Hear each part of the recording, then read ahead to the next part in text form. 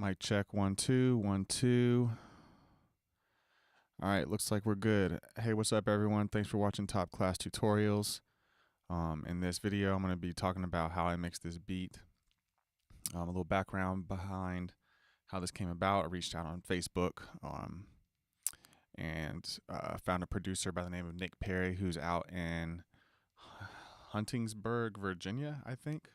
He's out in Virginia somewhere.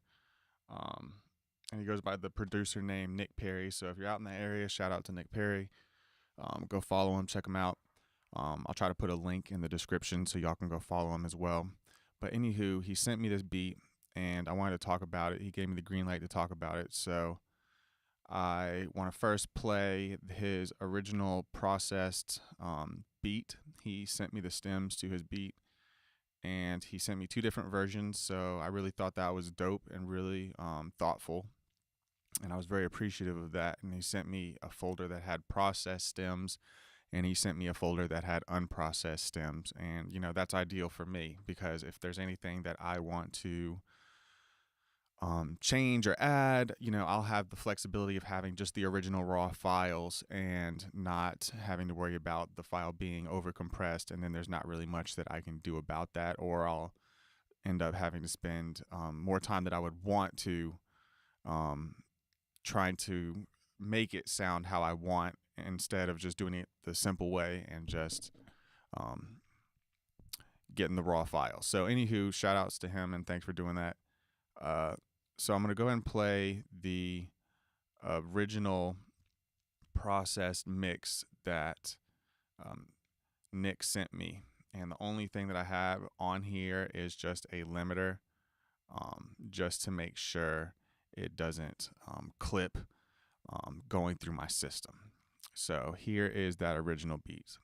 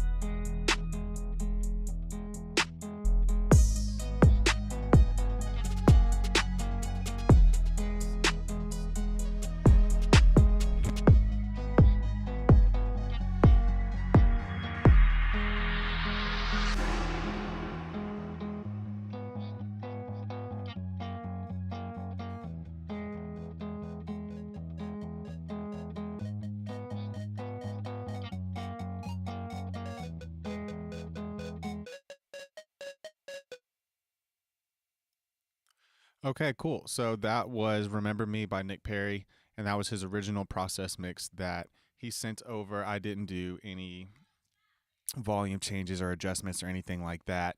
You can see all of my um, faders here were pretty much close to zero. I turned it down a bit because it was peaking kind of hard on my limiter. Um, but to kind of show you kind of what his song looks like, I bounced out that mixed and then put it into Pro, or imported it back into Pro Tools so that I could kind of look at the waveform and kind of see what things look like. Kind of helps me just kind of get a visual of kind of, the loudness of everything and the dynamics, and make sure nothing looks limited or compressed. Like if these peaks were all like at the exact same like height, I would probably know that there was like some type of limiting going on, which there is. There's a little bit of limiting. You can see they all kind of roughly hit around the same area. But it's not like a completely flat waveform. There's a slight peak to a couple of them. So, anywho, this is the original, and now I'll open I'll open my mix. So give me 1 second to do that. We'll go ahead and hit save.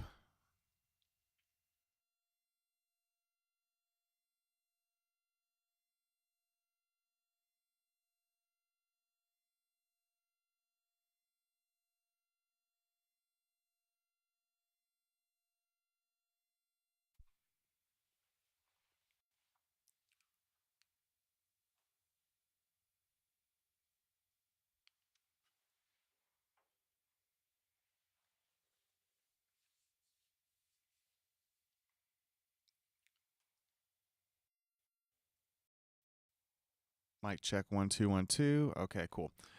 And this is now the finished mixed session with everything kind of a little bit more organized and color coded and things like that. And what I did was imported the original mix into this session to compare it to the other one. So again, let's go ahead and listen to the original version just to kind of get a comparison. We'll listen to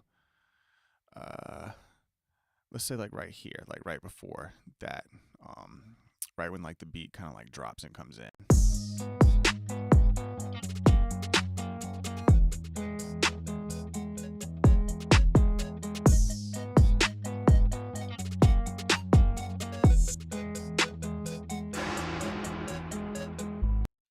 that's the original, and now here is my version. Top Class Entertainment.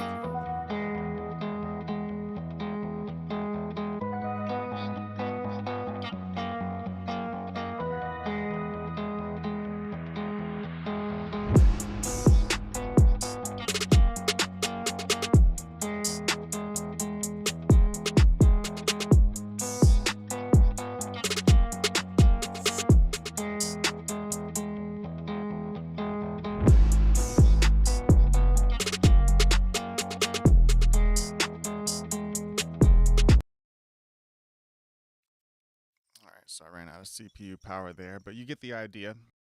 So that compared, and basically I want to just talk about it, kind of break it down, kind of how I went about it, my thought process. I got my co-pilot here with me. I got my son.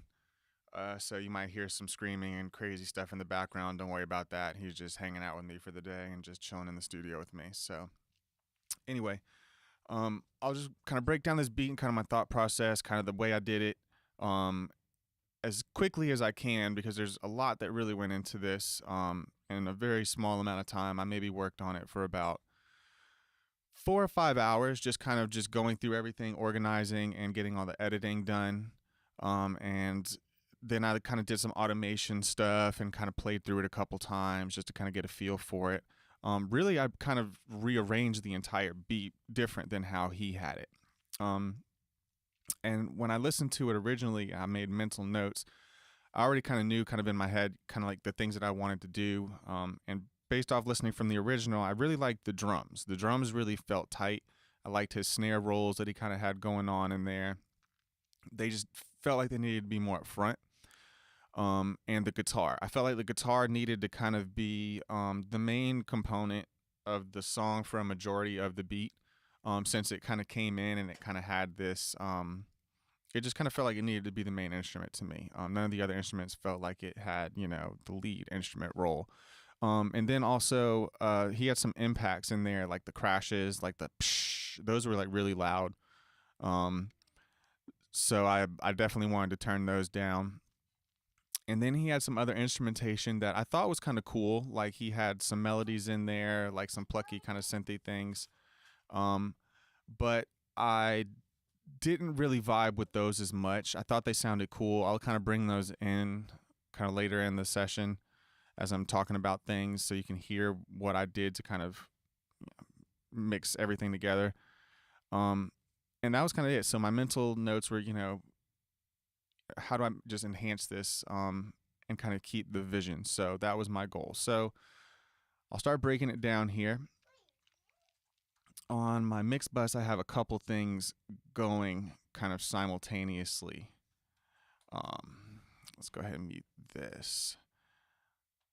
So I like to work from top down. So I really kind of start with like my mix bus, and usually I will have just a limiter on here, and it really does nothing. It's got a really fast release.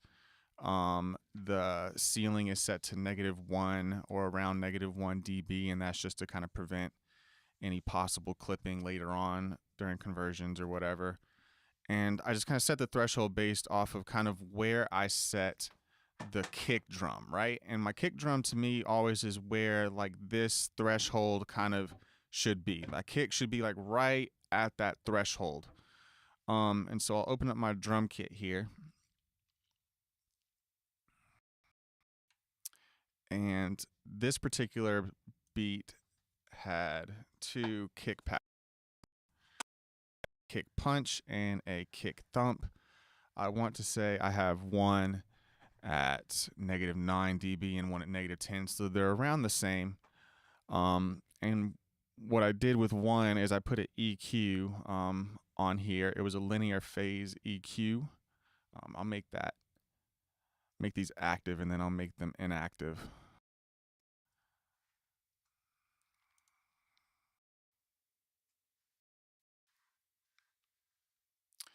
So these are the EQs that I had on the kick drums.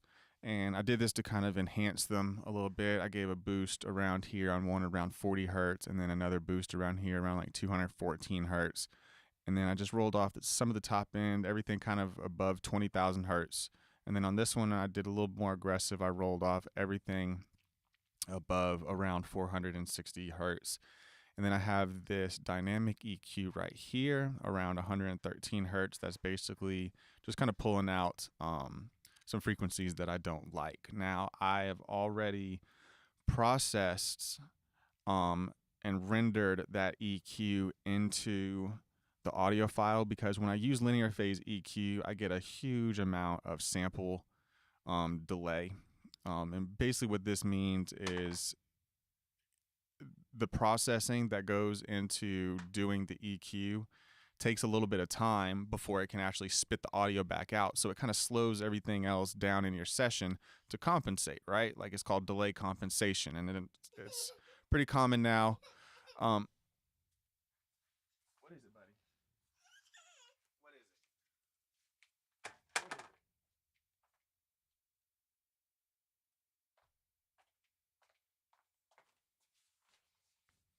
So most DAWs have delay compensation, but when you have large sessions and you have a lot of plugins and you're doing a lot of processing, it's really easy to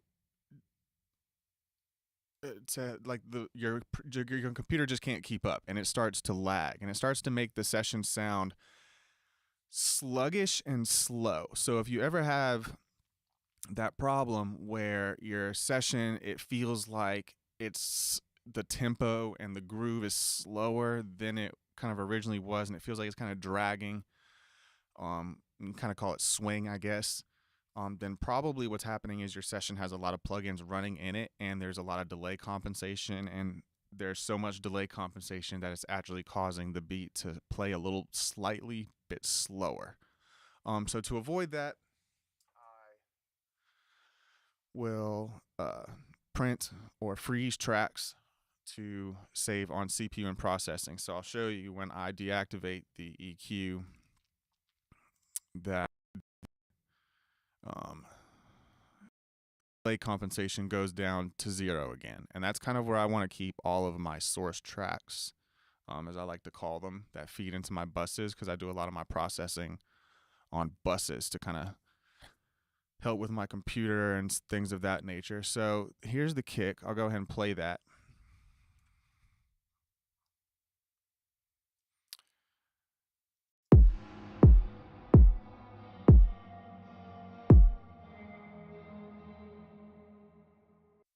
Let me mute that reverb so you can hear it a little bit better.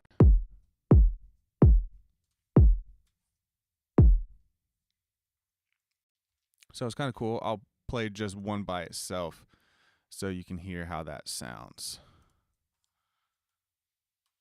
What is it, buddy? What? What? What? Yeah. Yeah, that's really cool. So I'm going to go ahead and play the kick punch so you can hear just that one.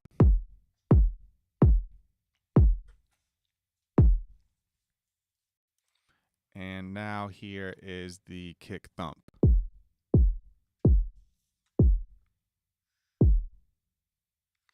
So a little bit darker than the first one. It doesn't have that kind of clicky sound. So again, here is the kick punch.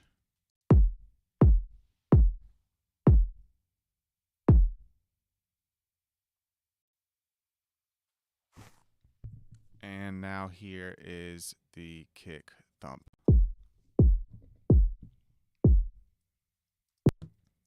And together they sound like this.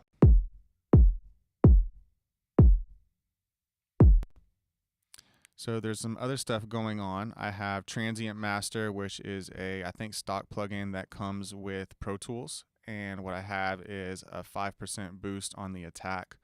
And I have Smooth on. That kind of helps the transient not feel like it just jumps in so abruptly.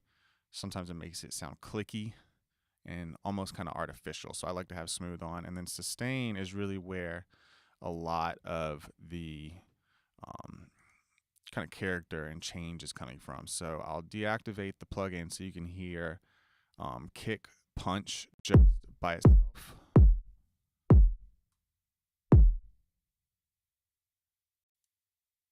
And now here is with the Transient Master.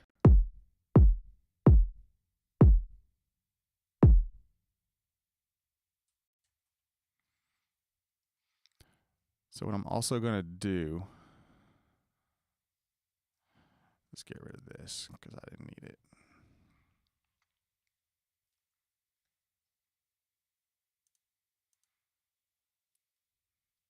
So I'm going to go ahead and just bypass a couple of my processing on my mix bus because, like I said, I usually will just have my limiter on here. And so I will play this so you can see kind of where that kick was hitting on my meter here.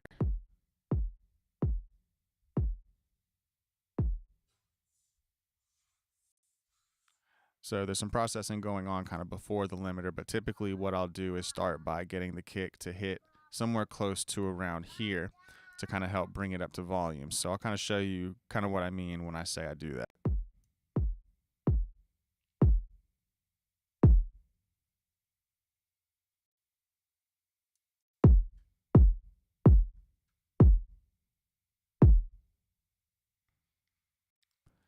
So that would be the loudness that I would typically kind of just set my session at and start mixing and kind of getting all this together. So my next step would be getting the kick a little bit. That's what I was going to do. So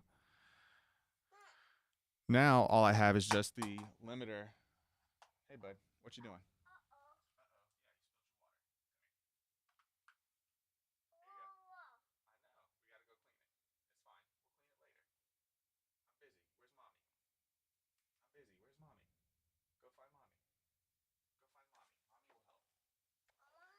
Yeah, mommy will help. I promise.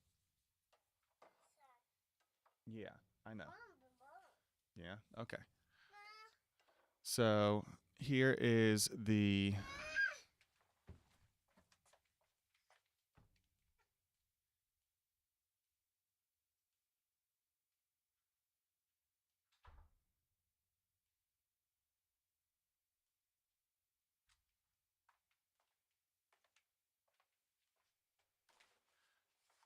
so here is the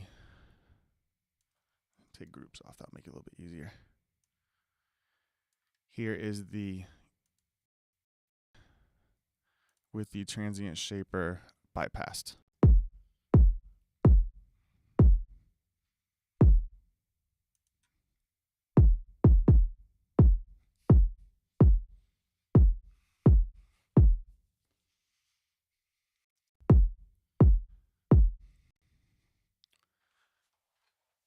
And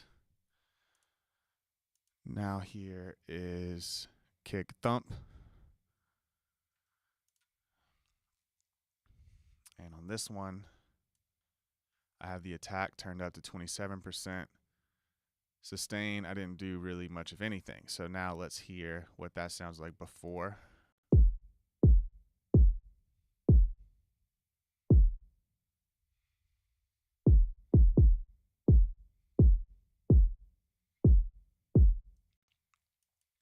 And now here's with Transient Master.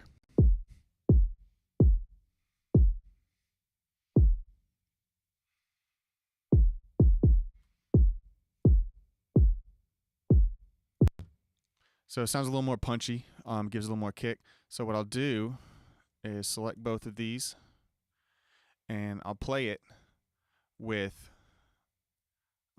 the transient shaper or the transient master is off. And then when it gets to around right here in the middle where there's a gap, I'll turn it on and then you'll hear the second half with it on. And by the way, if you're a Pro Tools user and you have a Mac computer, the command to bypass all of your plugins in slots A, B, C, D, and E is Shift 2. And you have to have your tracks selected. So I got kick punch and kick thump selected. And if I hit Shift 2, you'll see that it bypassed all of my plugins together. Now I only have one plugin active on each track, but say hypothetically I have this snare and I want to deactivate or bypass all these plugins together to do an A-B comparison. If you hit Shift 2, you'll see it bypasses them all together.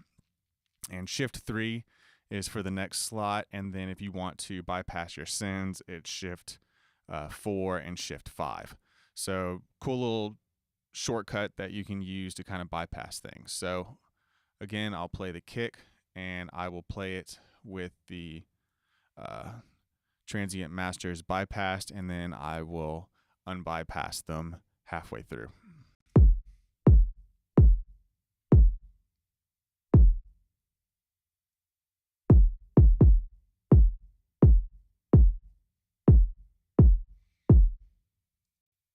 So I don't know about you, but it made it sound bigger to me. Listen again.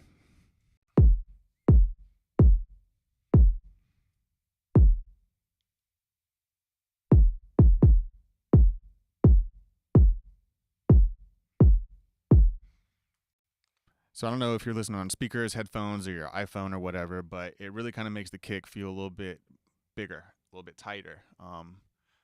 And I do that with a lot of my kicks. It just kind of works. Next up in my process is I usually work on the snare. And on both snares, I have a lo-fi plugin to kind of give it a little warmth. And then I have a transient master and then a Pro Q. So I'll start with just this snare right here. And I'm going to put it on a loop just to make this a little bit easier. I'll do a loop. I guess it really doesn't matter since it's a clap. Loop this so that way I can kind of go through all of these plugins and kind of show you what they do one by one. So what I'll do is I'll just play, cycle through, unbypass, bypass the plugins, and you can kind of see kind of what they all did and in what order I kind of chose to do them in. So let's get started.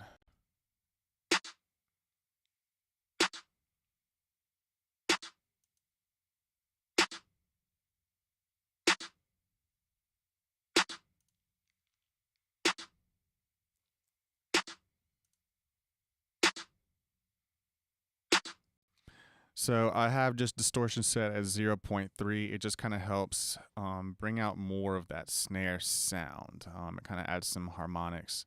It's really nice. The next plugin is, again, Transient Master.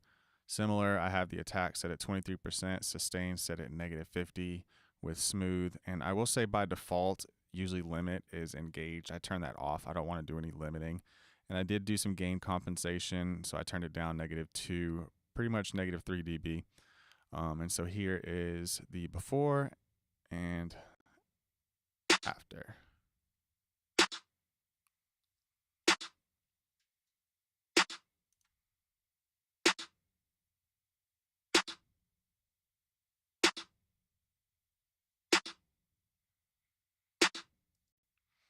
So not really a big difference. It's very subtle, but it kind of helps bring out that snare a little bit more.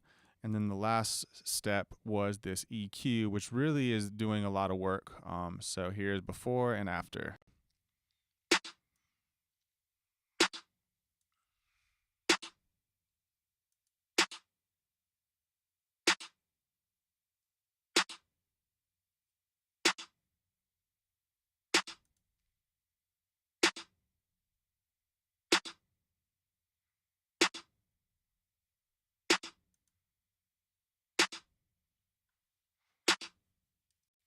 So really this EQ is really helping to kind of bring out that tonality that I kind of wanted. I wanted it to be a little bit higher and brighter, crisper. So I kind of have this boost at 30,000 hertz, but I have a very wide Q on it. So it kind of comes all the way down to around 5 and probably even down to like 1K. So it's kind of slightly starting to boost around 1K and then subtly goes up.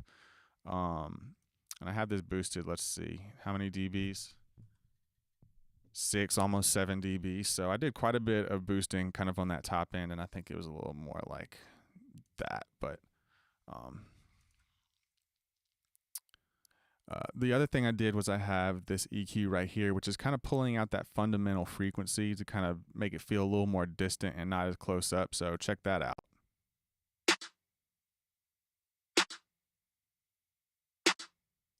So you see how it's peaking right there on my meter. That's how I know that's where the fundamental kind of frequency starts, or at least one of the frequencies that pokes out. I just put a EQ right there so that it wouldn't poke out as much.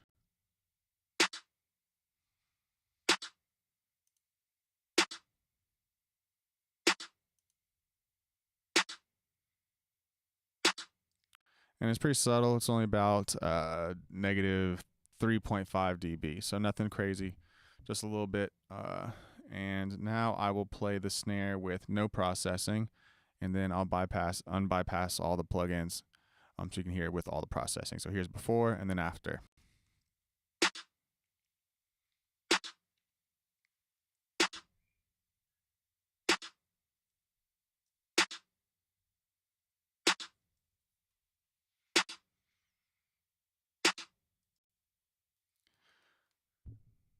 So cool. That sounds good to me. And then next in line was the snare top, which you would think snare top would kind of be the main player in the game, since that's how you usually do it in when you're miking like a real drum kit. Usually I would put the snare top kind of as the main snare, and the bottom is more for kind of like the body and the crack. But in this case, I did it where the snare is actually the main one. It's at -12, and then the snare top is actually at -32. So it's kind of low. I'll show my mixer window at one point here so you can kind of see how I did the balance of everything. So here is that snare.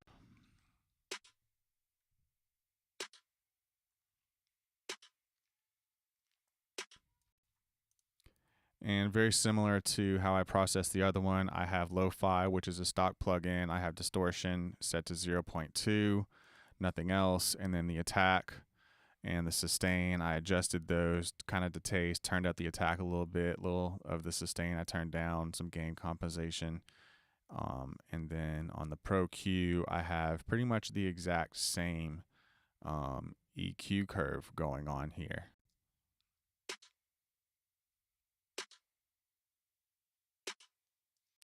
So again, boosting some of those highs and kind of lowering that fundamental frequency and removing any of the low end that I don't want in there. And now here are the snares with no processing, and then I'll play it. So yeah, here are both the snares together with no plugins, and then I'll play it with plugins.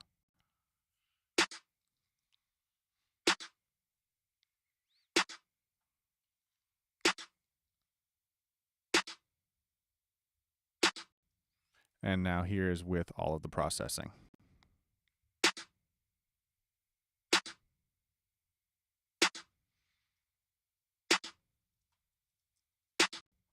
So cool, that's tight. I like it. Then I kind of start working on my blend, right? Getting my kick and my snare to kind of hit where I want them. And this is where I go back to my limiter and just kind of see on my meters where I'm at with everything.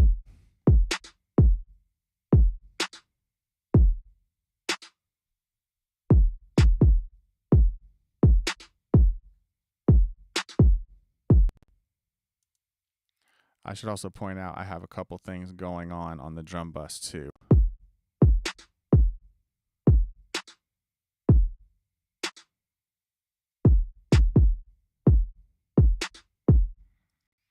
All right.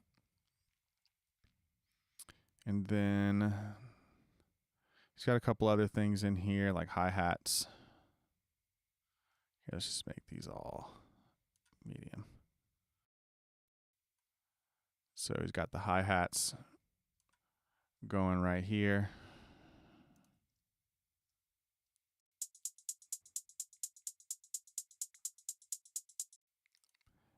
And similar kind of setup, but I did it a little different. On this, I use the air saturation filter, and it's kind of similar to the lo-fi, but it gives you a couple other options to kind of work with here. The main one being I can change the saturation type, and I selected hard clip.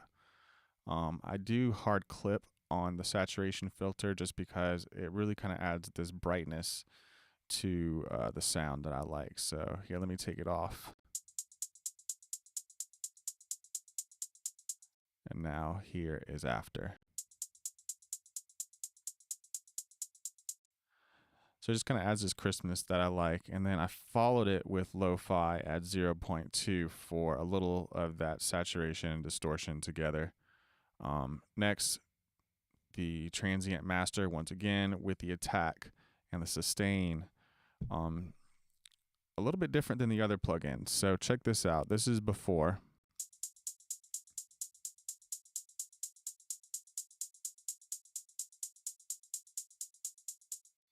So you kind of hear how that hi-hat kind of has more of like a rattle in it. Like really listen carefully to kind of the hi-hat, and it sounds like there's kind of this rattly, kind of shaky thing, and it's not very tight.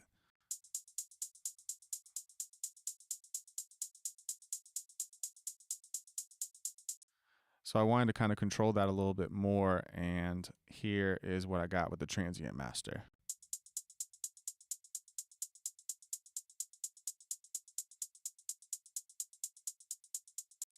Huge difference. Now, I will say one of the side effects of using this smooth button is it kind of causes there to be this almost kind of pumping effect. So be careful. Sometimes it works, sometimes it doesn't. But in this case, it kind of vibed with the record and kind of how everything was working. So I'll play everything together, and you can hear kind of where I was at with it.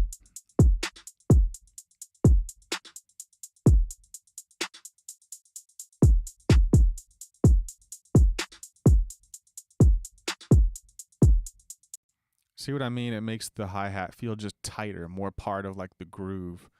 And it's not kind of just sitting on top of everything. So that really was a big uh, plugin that helped. And then also there's some EQ going on here. And I'm rolling off pretty much everything below 800 hertz. I really want this to kind of fill that high end spectrum. So here's before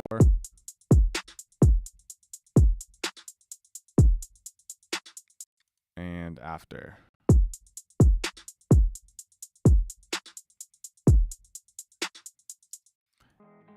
You probably didn't hear much of a change, and that's what I was going for. I wasn't really trying to make the hi-hat change in tonality. I had the tonality I wanted. I just wanted to make sure I didn't have any frequencies that were going to clash with each other later on. So I removed anything that I didn't need. It was pretty simple. Just kind of rolled up until I just felt like it was at a good spot.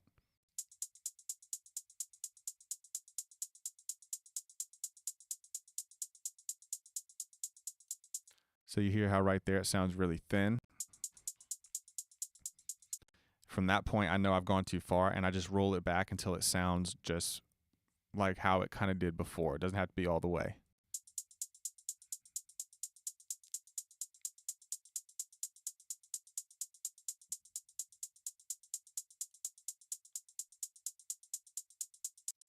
So cool. So around 500 hertz is kind of where I keep kind of landing on this scale. So, and that's fine because really there is no information that I want from the hi-hat below 500 hertz. There's just not much information there. Last thing, there was some, usually with some instruments, because everything is normalized, right? So if you're looking at this beat, you can see all the waveforms are pretty close to 0 dB. But the problem with that is, I'll show my mixer window. The problem with that is when it's at 0 dB, I'll take this trim plug-in. Well, actually, I don't want to change that because it'll affect it. But essentially what this trim plugin is doing is just lowering the volume. That's all it's doing. And it's giving me more control over the volume that I desire with this fader. So a lot of times what can happen is I will, hold on.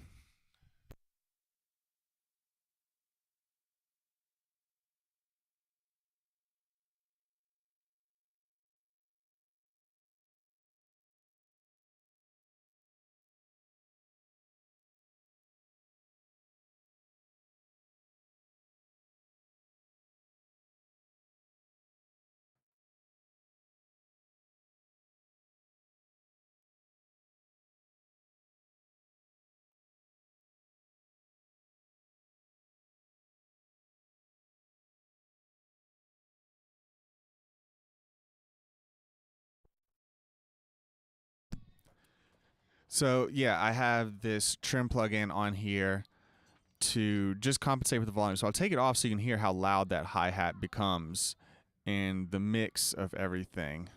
So I'll play all the drum instruments that I've kind of worked on so far, and I'll unbypass this hi-hat, and you'll see kind of how big of a difference that's just making.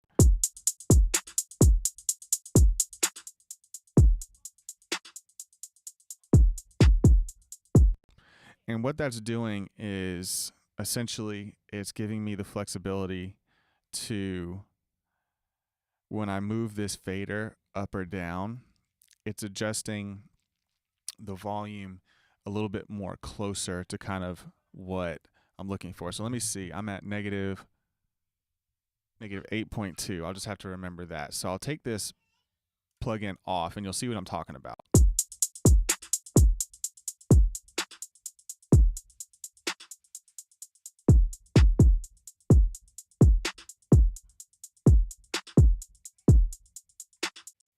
So I had to turn the volume fader way down here, and you're probably thinking, well, yeah, duh, that's the whole point of mixing on a fader. However, here's the reason why I don't like doing it that way. Typically, I do a lot of my mixing on here because as I'm editing it and I'm going through it, I can put plugins on here and adjust the volume, mute, I can do really everything from this screen. So I kind of don't really shuffle to the mix window too often.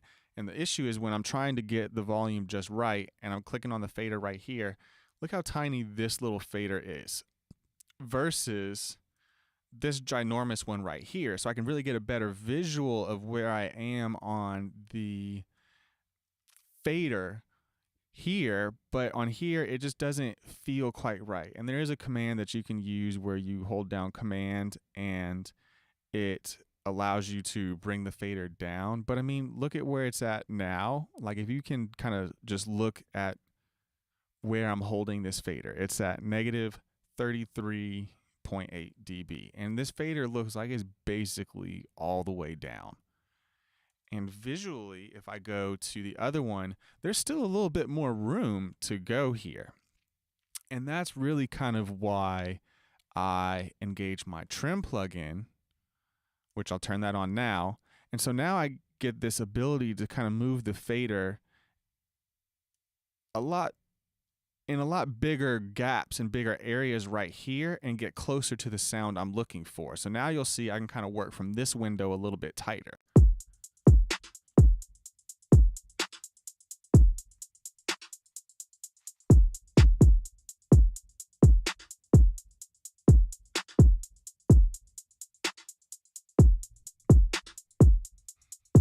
So you can see as I'm working, my fader's right here now.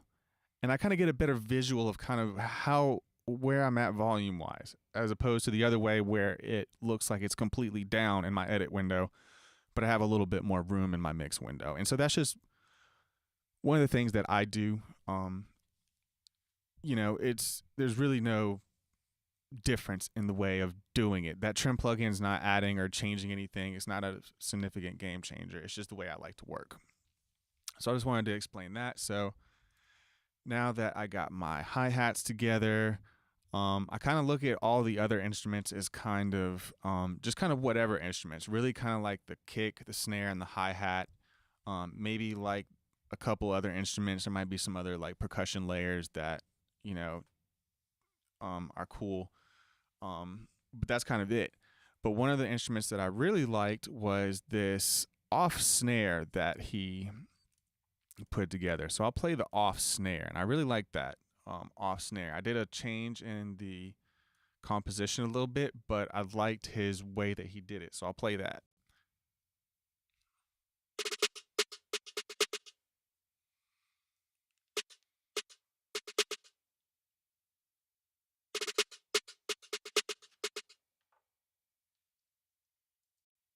So I really thought that was really cool. I thought that really blended well with the overall beat. So I'll play the drum kit with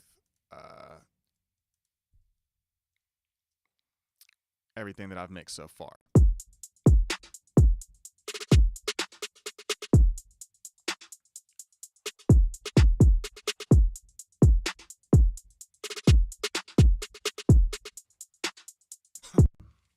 So I really liked the snare rolls. It was really kind of good. It sounded good. I didn't really have to do really much of anything to it. The only thing that I really did was add lo-fi. Again, stock plugin, distortion 0.2. Just kind of helps bring out the body a little bit more. I will do a before and after so you can hear what that sounds like. Here is before.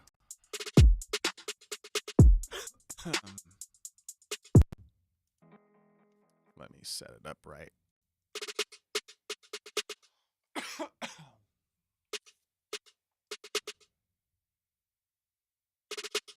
And now here is after.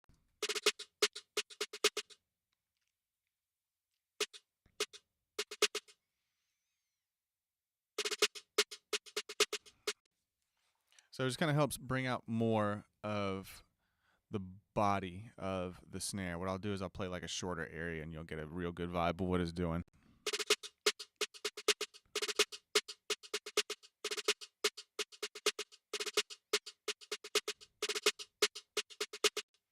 Yeah, like it makes it sound a little bit crisper, a little bit higher and brighter. Adding that little bit of saturation, kind of giving it some harmonics. So kind of one of my main go-to things for all my snare stuff. And now here's the thing, guys, right? So in trap and hip hop, pop, and a lot of just electronic music, anything that's made electronically, these are samples, right? And the samples, when you're going in and programming them in MIDI, you decide the velocity, and the velocity is essentially the volume. And if you're setting your velocity to 90%, for every single snare hit, for every single kick, for every single hi-hat, all that, if it's all at the exact same velocity, there's no need to add compression. There's no need to really add EQ a lot of times, because some of these samples have been EQ'd how many times, how many times have they been passed from producer to producer through kits, and how many times have they been altered and changed. So when it comes to samples and working with beats and things like that, I try to keep in mind that a lot of this stuff doesn't need too much processing. Now, if you're working with live drums, live bass, live guitar, and you've got like mics and stuff like that, completely different story. I would be reaching for like a SSL plugin and EQing almost every single track, putting a gate on drums to make sure that there's very little bleed, making the kick and the snare tighter. But this isn't that type of session, so it's really just more for mixing electronic music and beats. If anyone out there watching has some like drum or live stuff that they want me to talk about, shoot me an email. I'll mix it, talk about it, make a tutorial video kind of out of it, and show you guys how to mix some live drums and some, maybe some live mic stuff. So, anywho, moving down the line, I, did the usual. I soloed everything out so I could hear it. And also, again, checking my meters to see kind of where I'm at.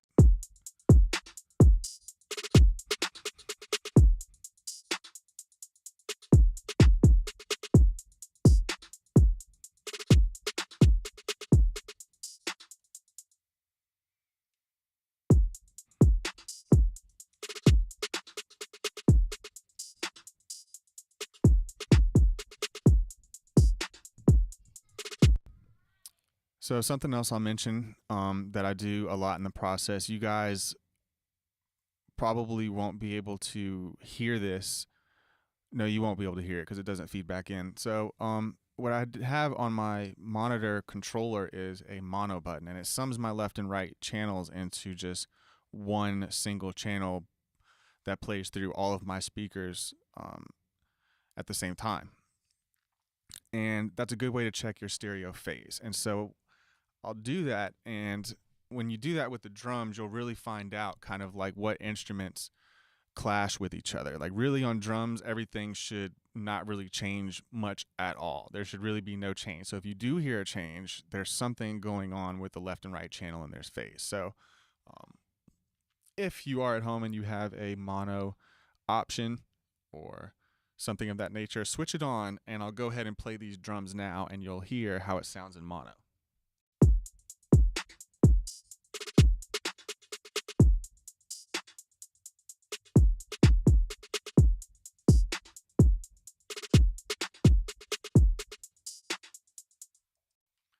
So what you should have heard was the hi-hats almost feel like they got more narrow and almost less bright when you switch it to mono. Listen again.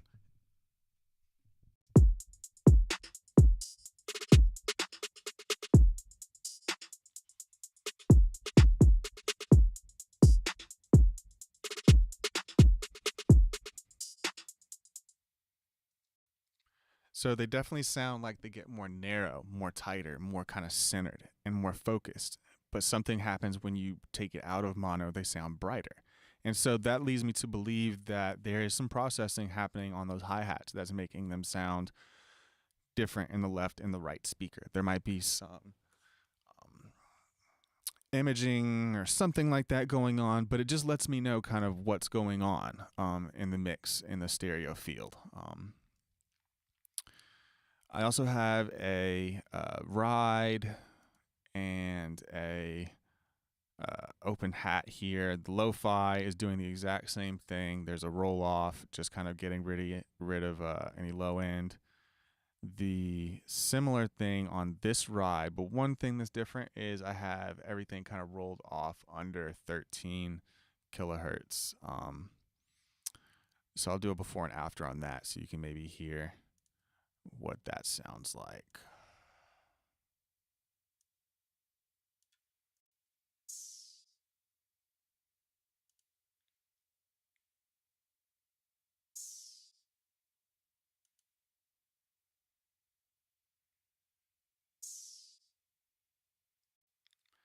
So it's just kind of just getting rid of any of that hiss or nonsense that I don't really want at the top. Not nonsense, but I just did that because I didn't want there to be too much brightness on those drums right there. It just didn't feel right. Um, Next, lo-fi. So that's pretty much my entire drum kit.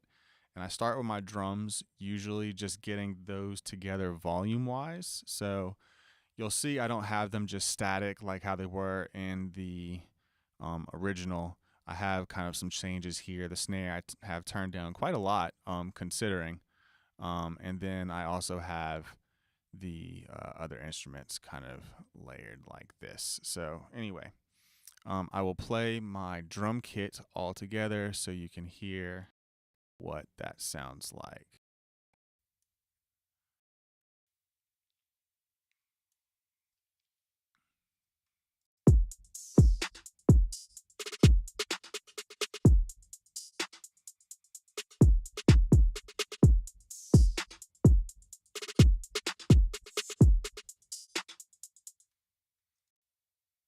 So cool. It has a nice little groove to it. Feels tight. Um, and usually this is where I wouldn't have any processing kind of on here yet. So I'll talk about all this stuff later. So moving down, once I had my drums and all that stuff kind of sounding good, it was my next job to figure out what I wanted to do with the guitars. And so I have those in the down here, and I got a couple things going on. So I'll talk about that. So let's mute this stuff because I'll explain what that's doing later. So I have a guitar amp and a parallel guitar auxiliary track here set up, and you'll see that I have sends going to the guitar amp, and I also have sends going to the guitar verb. Now, the guitar parallel is coming from my guitar bus right here. So this is all pre-fader metering, which basically means doesn't matter how I change my volume faders on here for my guitars, it will send the exact same amount to it will send the exact amount that I want to each of the tracks that I designate in my buses. So if you're not familiar with signal flow and bus routing, it's really important to understand how buses send. You understand that they're post insert, so any plugins that you place on the track will affect the signal going through the send. Pre-fader metering does not place it pre-insert, it's still post-insert. So just something to be aware of when you're doing your processing and your sends. Just know what you're putting on your channels because you'll be affecting your sends simultaneously. That being said, on the main guitar, I have, I'll mute these. On the main guitar, I have a Pro multi-band compressor, which is helping kind of create the tone that I want for the guitar. So I will play before so you can hear what the guitar sounded like.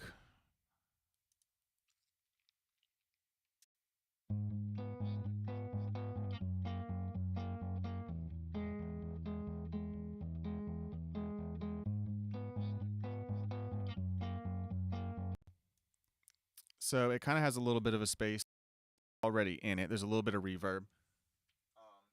And what I always do with my instruments like this is I check them in mono. So if you have a mono switch on your system, go ahead and check that now while I play it back.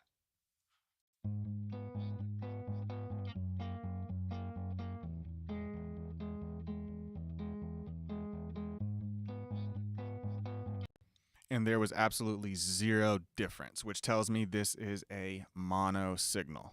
This is going to have, it's important to understand when, because this is a stereo file, but if I switch it to mono, it sounds identical. There's nothing different. So that means that this is essentially a mono audio file. This is a mono guitar.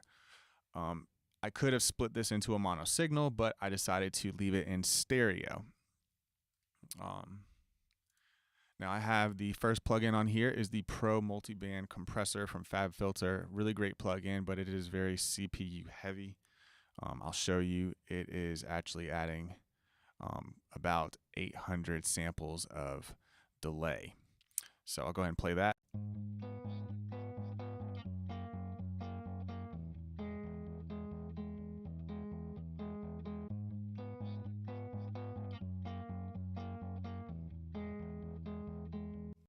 So it's really kind of helping with the low end here, kind of smoothing out some of that muddiness that I'm hearing. There's also kind of at the fundamental frequency, because the frequencies he's kind of playing, they're kind of around this area in the fundamental, but I don't want to necessarily just EQ them out. So I put a multi-band compressor on here because it helps just tighten it up a little bit more.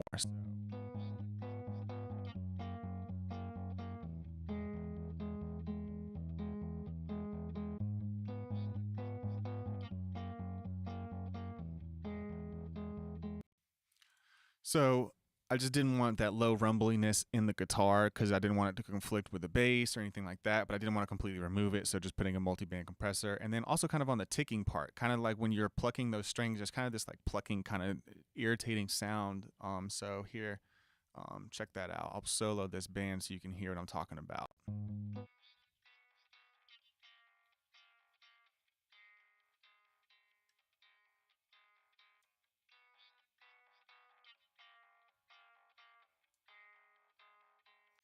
You hear kind of the pluckiness in the guitar. I wanted that to be smoothed out a little bit more. So check that out with this plugin off, or no, here, off, and then I'll turn it on.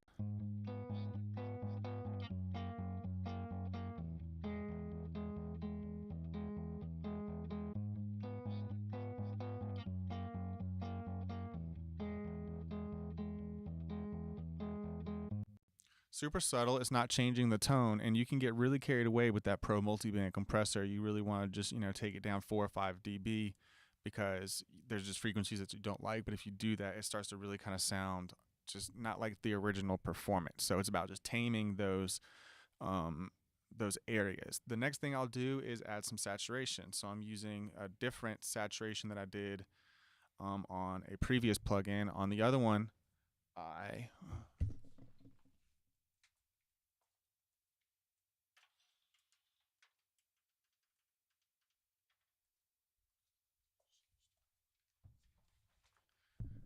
on this one, I have it set to overdrive and a drive of 1.1 dBs, and I have a little bit of resonance on there. Just adding some kind of saturation, some warm fuzziness, so check that out.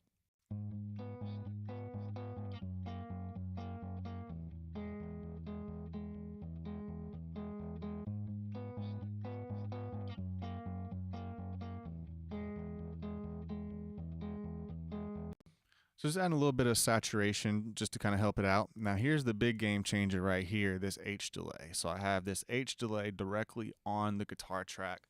I could have created a send, but I really didn't have a purpose for affecting other tracks in the way that I did how I did this one. I really wanted it to have its own space. So I put it directly on the track. Now typically this analog is turned up, and I don't know if you can hear that, but it creates quite a bit of noise that I don't like, so I usually have to turn that off. And then I have the dry and wet set to only at about 10%. Yeah, 10%. I didn't want to affect it too much. And then I have this kind of filter here. I have it rolled off around 2.4 kilohertz. And then I have this one rolled off at around close to 200. I just kind of use my ears when I'm doing this. It's not really a perfect science. So check this out, how much of a difference this makes.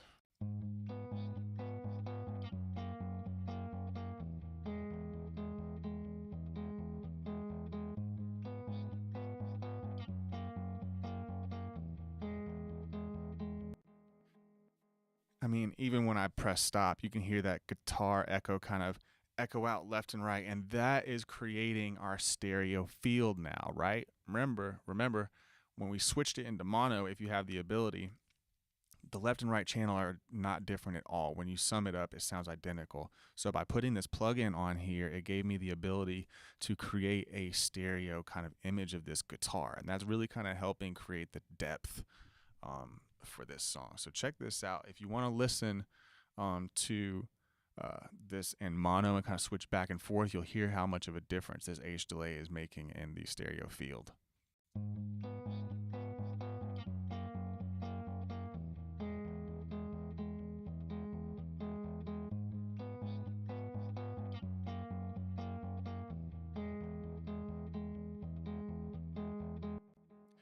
It's just adding that space, that kind of depth that I love in guitars. I love adding delays to guitars, especially when they are kind of guitar like acoustic guitars, because usually acoustic guitars carry that kind of an emotion. And putting an H delay, or not an H delay, putting a delay on there just kind of helps bring out that emotion, that kind of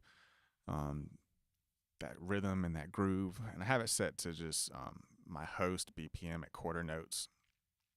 If you're one of those people that likes to put it in milliseconds and do the calculation, the way you do that is take 127 BPM and divide that by 60,000, and that will give you how many milliseconds are in a quarter note. And then if you want eighth notes, you divide that by 2, 16th you divide by 2 again, etc., etc. I can't remember the formula how to come up with dotted thirds, but basically if you want to just come up with a dotted third, it's between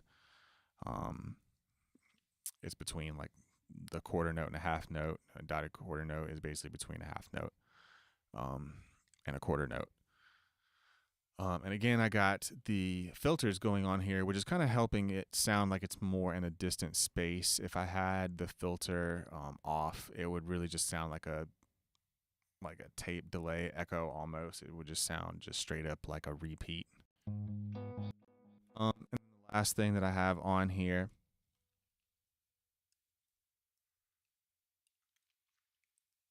is a exciter plugin, and this is Neutron's Exciter. I typically will use other plugins, but I wanted to try out a different plugin on this track, so I opened up Neutron Exciter and I gave it a shot. I really liked it. I found that my favorite is typically the tape. I love putting the tape emulation kind of plugins on things. And I didn't really change anything else in here except for I figured this was a multi-band exciter, so I can kind of change the frequency that I want to adjust. And then there's a mix knob right here. Then there's like a mix knob over here. So this is like a mix knob just for this band, and then this one has like a mix knob that I can individually adjust. So it's pretty cool. It's similar to another plugin that I use from FabFilter called Saturn, and it's great. I love it. It's got a lot of bells and whistles under there. You can set it to envelopes and follow envelopes, but this one's really cool. The one that I really kind of thought was interesting is trash. You put trash on there and you're really going to get some crazy results. It's going to definitely give you some changes. But before I talk anymore, I want to just play it so you can hear the difference. So here is before.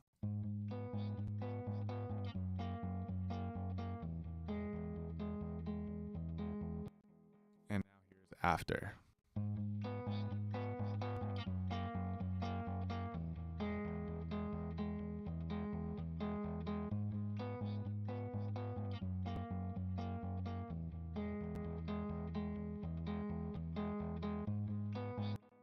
So definitely adding that harmonic content that I want kind of in those upper areas. I didn't want to add it in the lower areas because I didn't want to build up any low frequencies, and it felt like it was kind of already kind of warm and fuzzy already. I just wanted it to be a little bit brighter, a little bit crisper, help it cut through the mix. So that was the processing that I did on here, and then I added some other processing to kind of complement all the other stuff that I did. And what I'll talk about is you see there's multiple guitar tracks. The only difference between these two guitar tracks right here, and I mean literally the exact same identical plugins and settings. This one has a filter on, it's the last plugin in the chain, so it's filtering off everything to make it sound more kind of in the background. So I'll play here up through this point so you can hear how that transition is kind of happening.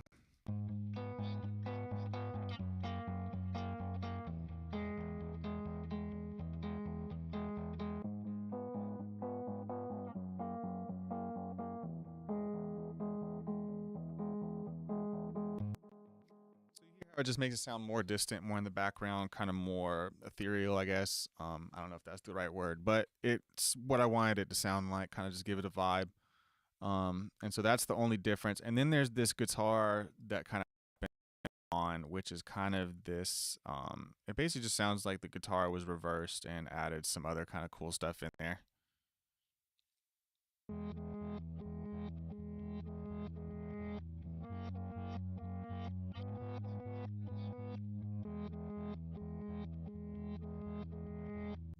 So same exact setup on there. There is this EQ on here.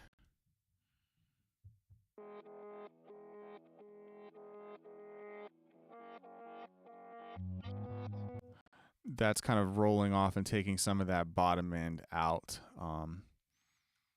that I kind of didn't want in there.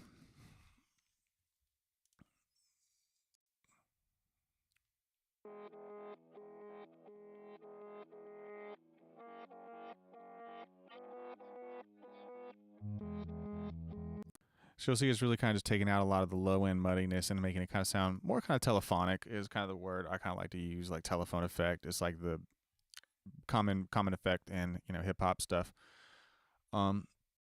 That's my guitar. I processed my guitar and I sent everything to a bus.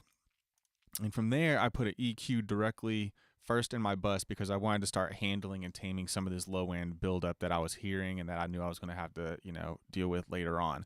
So I did this by putting actually two kind of bands here. There's one that's kind of pulling it down just in general, and then one that's actually doing more of dynamic EQ. So check that out.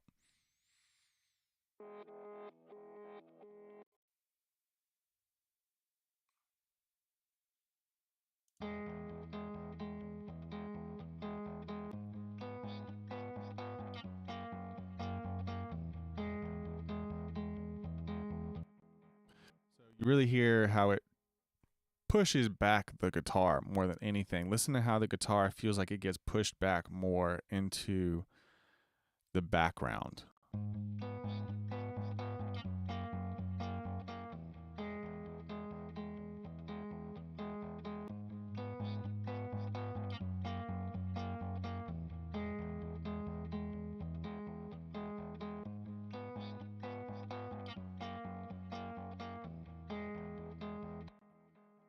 Like the way that sounded. Again, it took me two EQs or two notches to actually pull that off because there was such a buildup of frequency right there.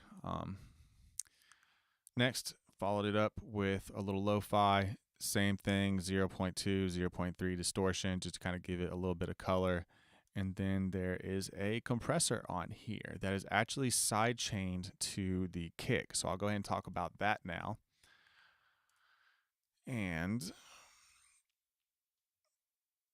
get all of this stuff soloed out. So one of the things I like to do is have my kick drum cut through some of the other instruments. And because this guitar was pretty much just like consistently through like the whole song, I kind of wanted it to feel like it pumped a little bit, just because it would kind of help the listener feel like it wasn't as just consistently through the track, and also helps the kick kind of cut through a little bit more. So here is before I added my sidechain compressor.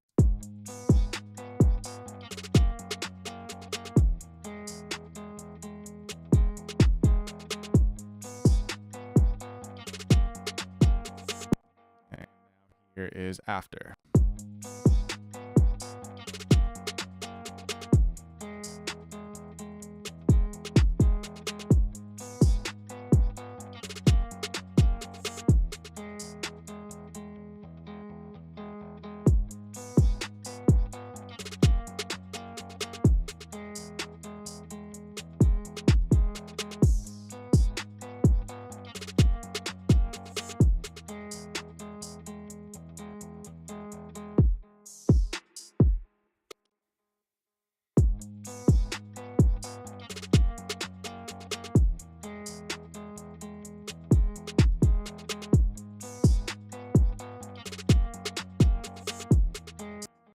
I'm not sure if it's my computer's like delayed because of the streaming or not, but it's not really showing my meter like how it was before. What's actually happening, or supposed to be happening, you'll see this meter duck down about like 3 dBs or so. But it's not really showing that visually on my end. Typically, when I do streamings, it's kind of hit or miss with some of these plugins. Sometimes they work, and sometimes they don't.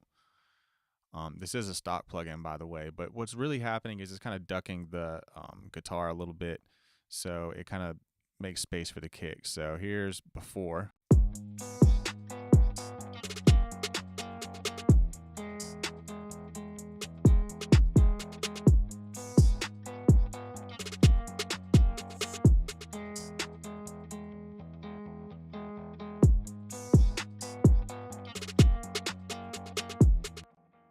It's just kind of helping just kind of add that like pumping effect a little bit to everything.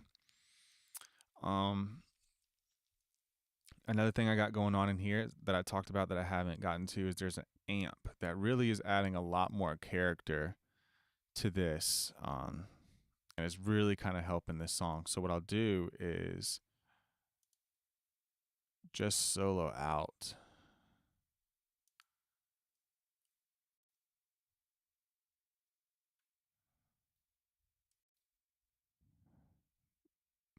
The amp, how do I get that soloed?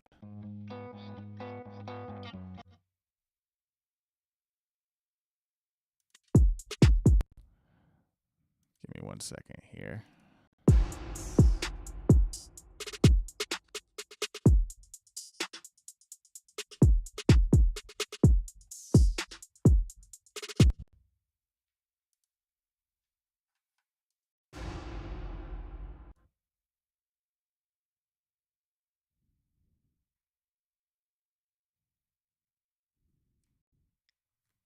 Hmm. Oh, it's turned down. Okay. So that's the main reason you're not hearing it.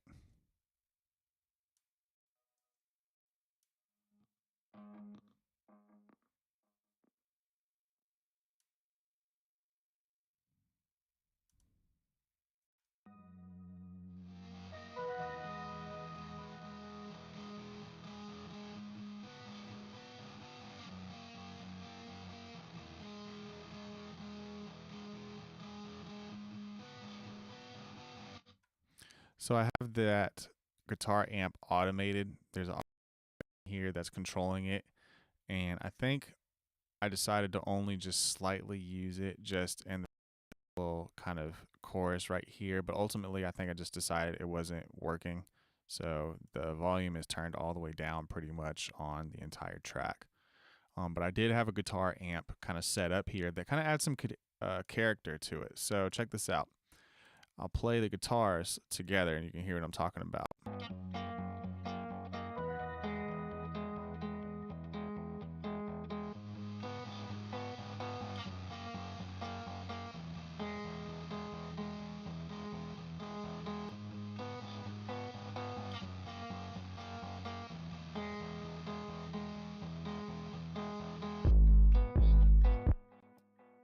The reason that I don't think I used it was it kind of felt like it threw the beat off a little bit. It really kind of took it to a different feeling. Adding that texture to that guitar, it's an acoustic guitar, so adding that amp to it really made it sound like an electric guitar. But with electric guitars, they kind of fit a certain kind of feeling and texture.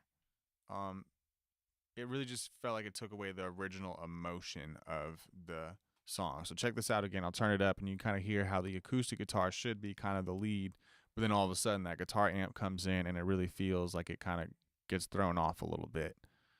So let's unmute the drums now that I know what I have to do here. And we'll keep the synths muted as well. Top Class Entertainment.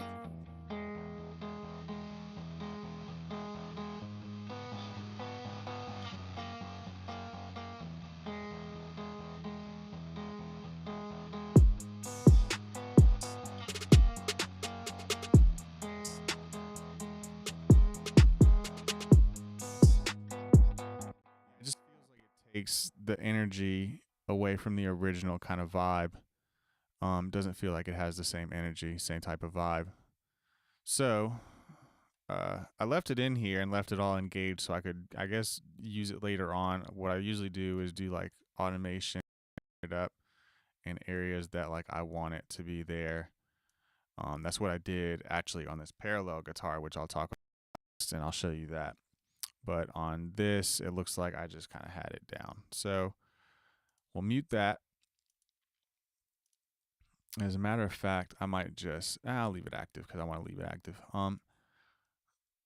The other thing that I have is a parallel guitar send. Now this is being sent from my guitar bus. So this is going to be post all of my processing. And what I really kind of wanted to do with this track was really add just a texture. So this is actually doing quite a lot. So here I'll mute it and then I'll bring it back in so you can hear it. I'll kind of bring it a little bit further up here. Yeah, I'll play from right here.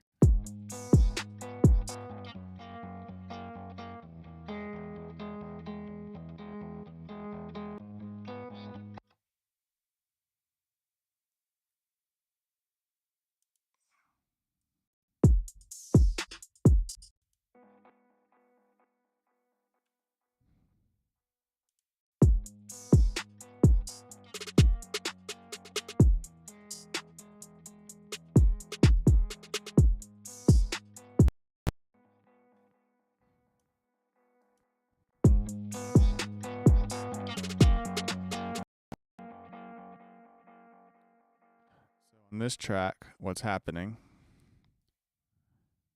is there's a decapitator on here and a LA2A compressor. And I'm using this and a combo for just distorting the absolute crap out of this guitar.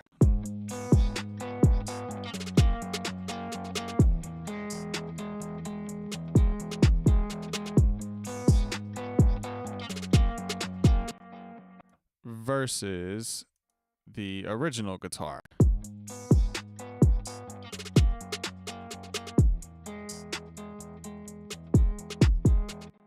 Slight distortion in the original guitar, but I mean this one.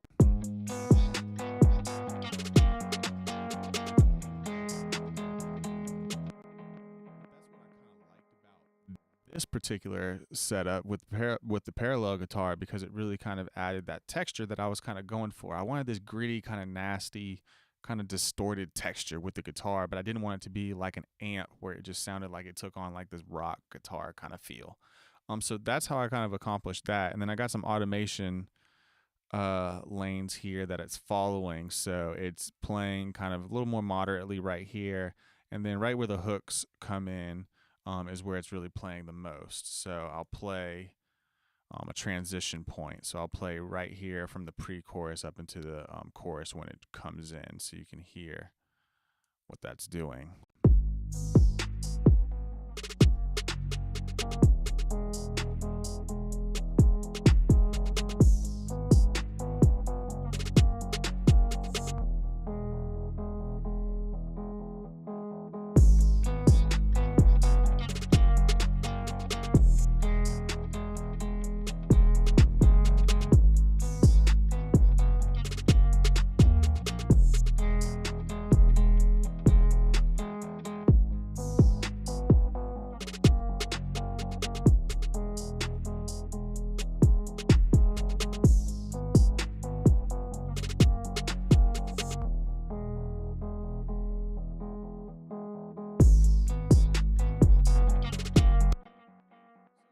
Basically doing is in the areas that I want a volume boost and kind of a little bit of a different texture. I'm just boosting the volume of the automation on the volume to just be louder in those areas, and it makes it sound just louder, more full. And that's a mixing technique that definitely I learned later on during my career, of just how to make things feel bigger without just turning up the volume of everything, but adding different textures, different widths, and things like that. And again, we want to check everything in mono. So if you have the opportunity right now, I'm going to play the chorus again, switch between mono and stereo, and check how your stereo field is sounding.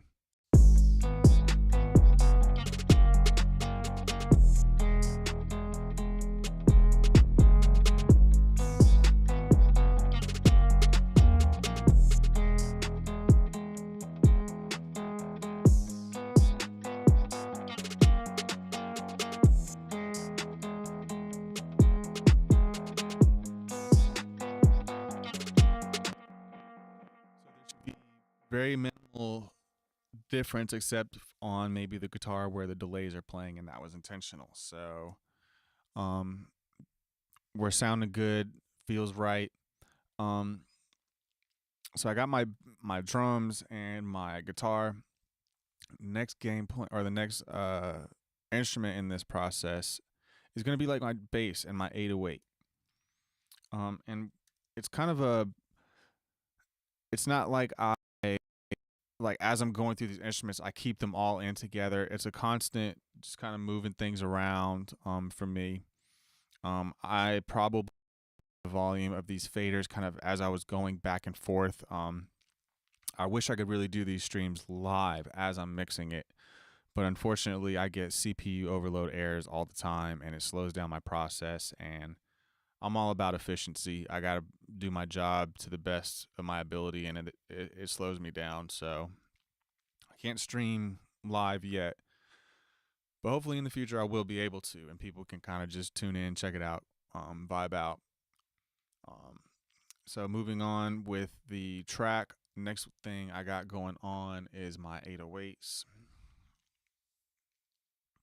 and also I'll mention what I typically do with tracks that have a lot of um, processing that I don't necessarily want to commit to. I might want to make some changes.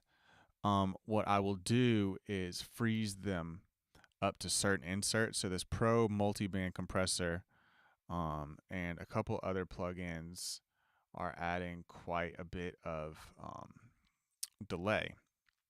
So I will select my tracks, right click, and then go to freeze. Now when I hit freeze, my mic's going to disappear for a second.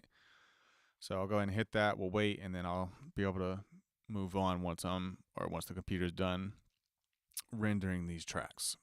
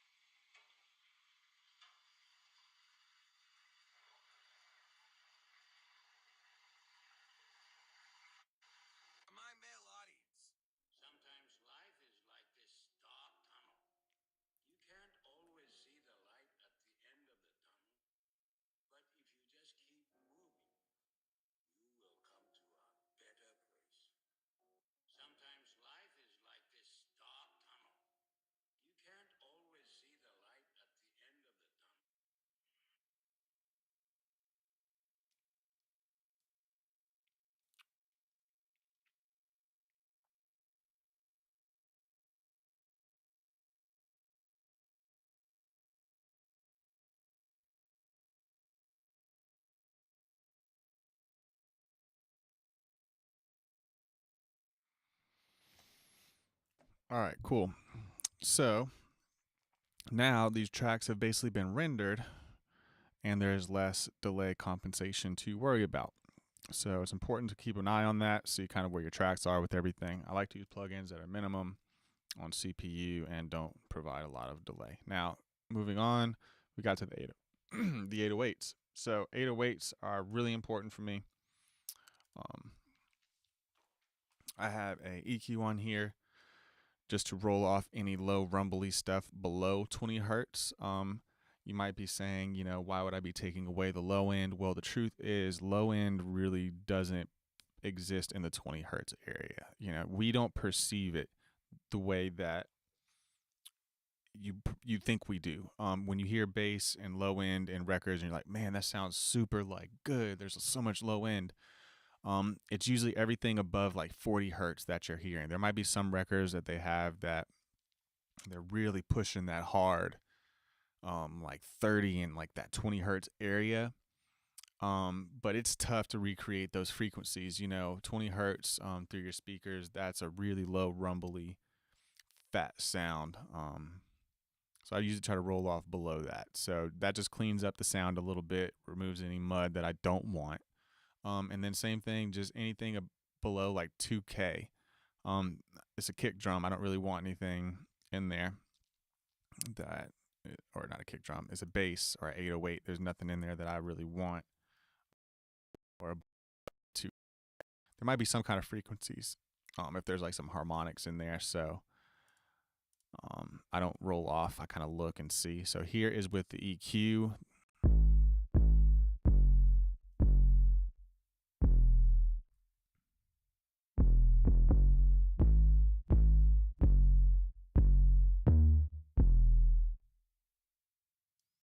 So I kind of bypassed it and unbypassed it while I was doing it.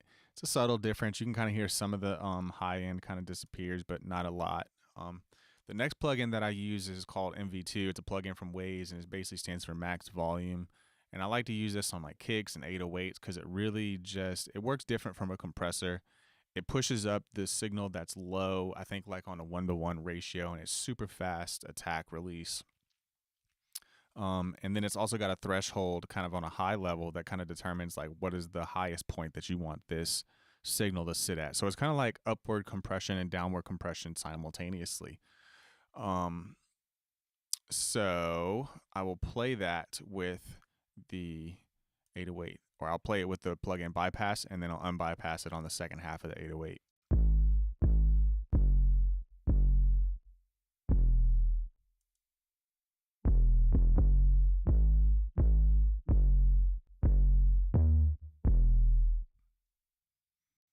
So you can kind of see how what it's doing, it's on the parts where the 808 initially comes in, it kind of ducks a little bit, and it also kind of compresses that top end. But then as that 808's kind of dissipating and disappearing, it's kind of pumping and pushing this signal up and releasing on this threshold simultaneously. And it really changes the tone a little bit. Like I also have it on my drum bus, and it changes the tonality a lot, especially with like the kick drum. But I like it on 808s, especially when I'm trying to get stuff to sound really consistent. And I'll show you how well it worked on one of the bass instruments in here and really just made it sound great.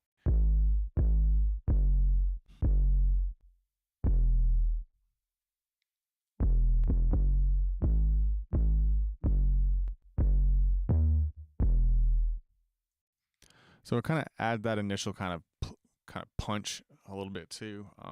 But I like that plugin. It just kind of levels everything out, makes everything feel tighter.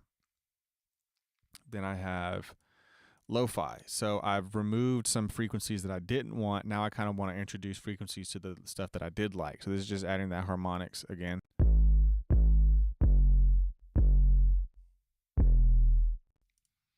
And then I have the sidechain compressor to the kick. And hopefully this will meter correctly and show you kind of what's going on.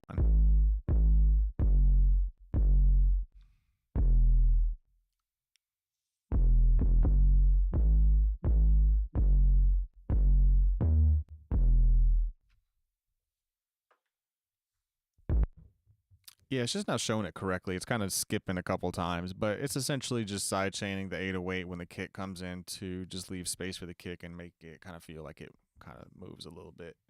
Um, and so that was good. And then next we have this bass that's basically kind of like I want to say it's more like a pad than a bass, but it could definitely be a bass instrument.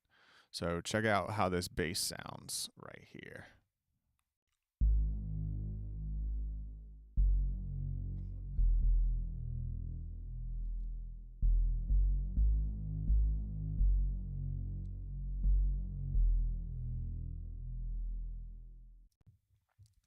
So you can look at the waveform and just basically that it the sharp kind of peak. So it's almost like an 808 or a kick drum, or it's got like a transient to it. So it's kind of more percussive.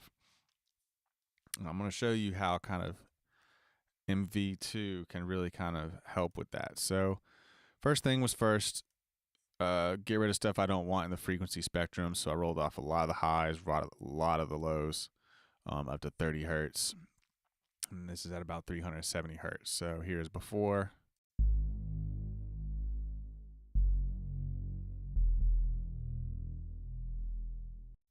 And after.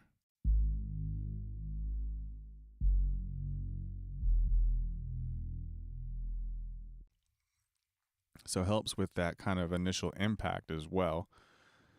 Now let's bust open MV2. Been talking about it so much. So check this out. It's got a super high boost on the low level, and then it's got the high level kind of just attainment, and then I had to adjust the output. Now I think it clips a little bit, but I kind of didn't mind. It didn't really sound bad, but check out how much of a difference this makes. So here's before.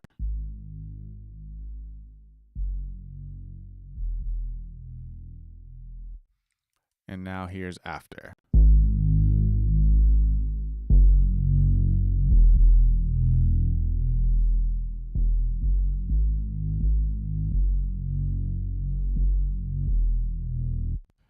Like I really feel the energy of that 808 now. Like it came in and it's like, whoa, that's what it's, supposed to sound like. You know what I mean? And then we have a compressor on here doing the exact same thing. It's supposed to be side chaining when the kick comes in. I'm not sure if it actually does or not. And then last, I have a trim plugin on here. Similar kind of concept to how I was talking about with the hi-hats. Just basically I wanted to have more control over the volume adjustment of everything.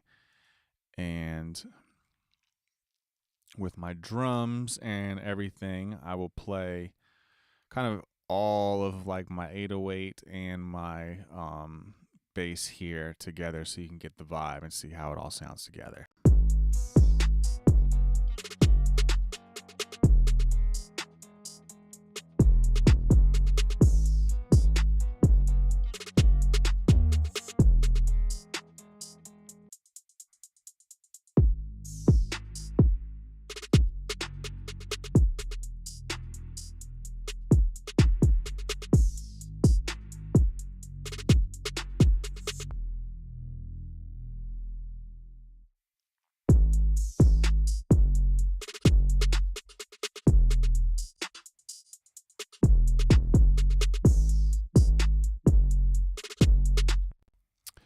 So it sounds cool. Now let's go to my meters on my limiter and see where we're at.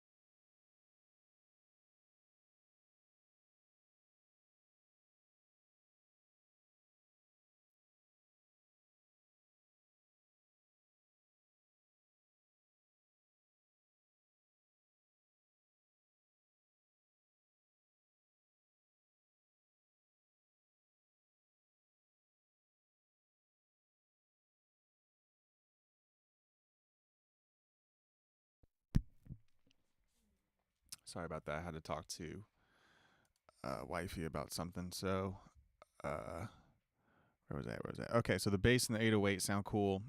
It's not hitting my limiter too hard. Kind of on a time crunch here. So I'm going to kind of go through some of this stuff a little bit faster than how I was doing before. So, my 808's right, got my guitar right. The synths were the next step in the. And I did a lot of processing. Um, I have a lot of stuff muted because I actually didn't use of the instruments. So like these right here, I actually did not use them at all. They were just kind of, actually maybe I did have them in there. No, I don't think I did.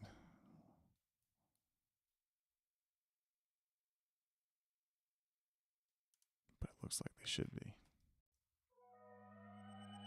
Top Class Entertainment. I'm kind of a little curious because I think I had them all playing together, if I remember correctly. They should have been all playing together. Let's see.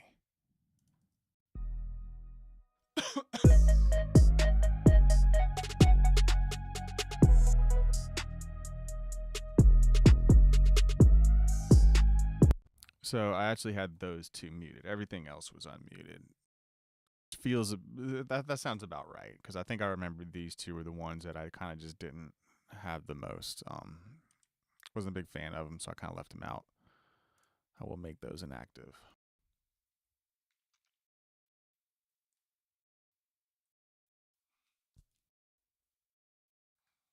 And so this is the basis of my tracks here. By the way, I have a reverb track set up on all of these tracks that I'll talk about a little bit later. So here's the first track. I'll just go ahead and play it with no plugins so you can hear the difference.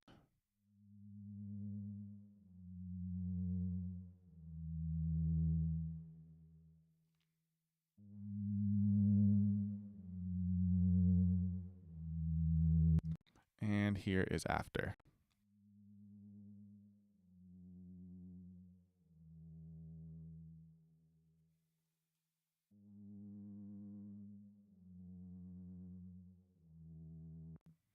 You probably barely even heard that. I'm looking at the meters. You probably barely even heard anything, but it's there. And it's just doing a little subtle kind of thing in the background, but there's a EQ on here, max volume plugin, saturation filter. I then also have a limiter and a trim plugin together that's kind of complementing and adding to the sounds. Next is this soft pluck right here.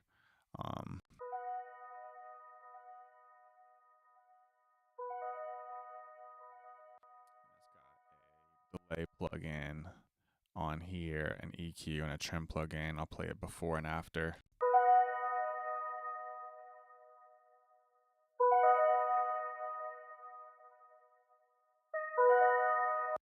There's some reverb in it too, kind of built in the track. And here's with the H delay and the EQ. Again,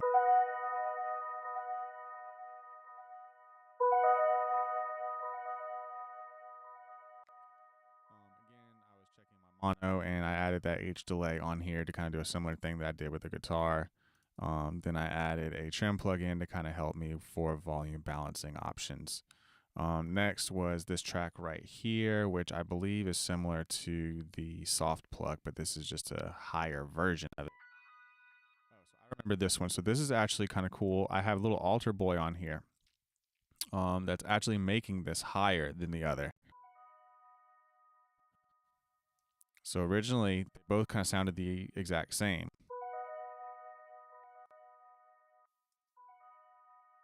There wasn't much of a difference. So I tweaked it to actually be a higher octave, and I changed it by using Sound Toys Altar Boy. Now, usually that adds a lot of delay. So yeah, it did add a lot of delay. So here's what we're going to do. We're going to go ahead and freeze this track, and I'll be back to finish talking about this stuff in like 30 seconds.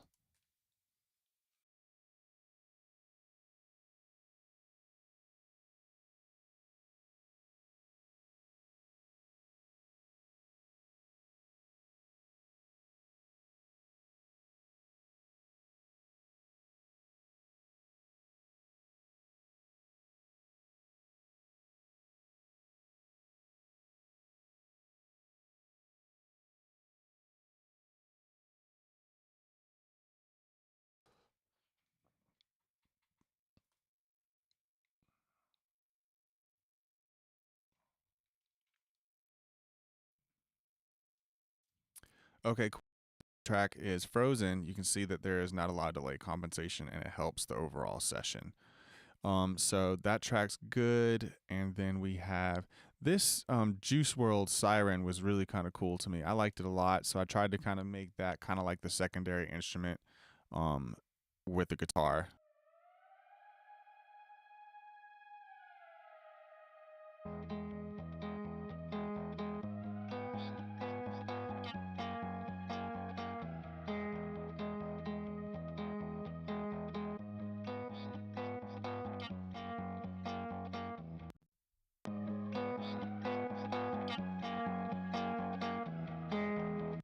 Yeah, so I kind of wanted those instruments to kind of play back and forth with each other. They sounded really cool.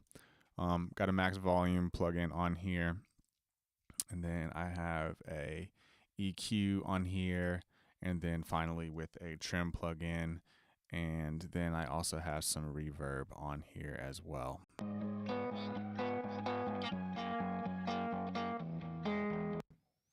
So that was all my synths. So I will play everything starting at the verse that we have so far and kind of show you kind of how everything sounds and how everything's balanced out. I'll remove my tag just because I don't want to hear it constantly.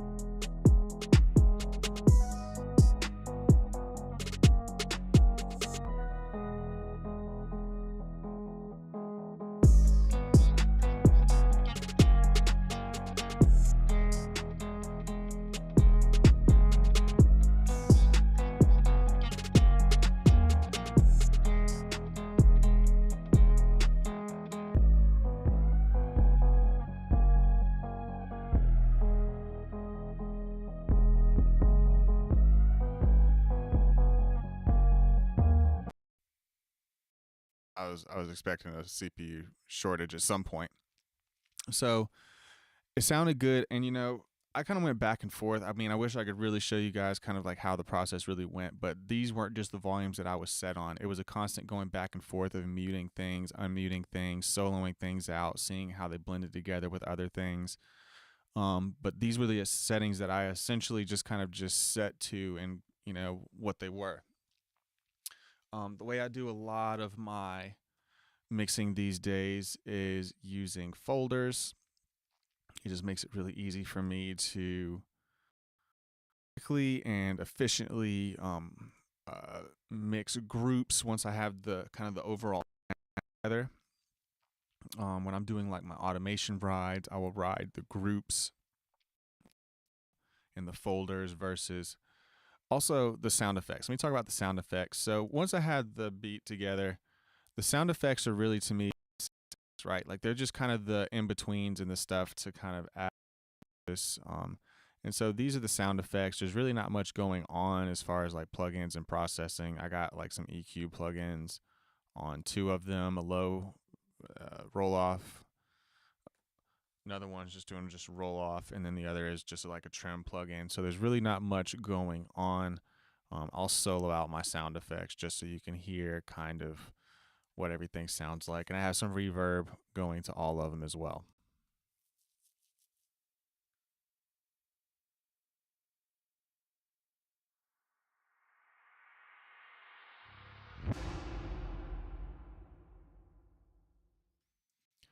And then there's some other stuff down here that's kind of happening that I'll play.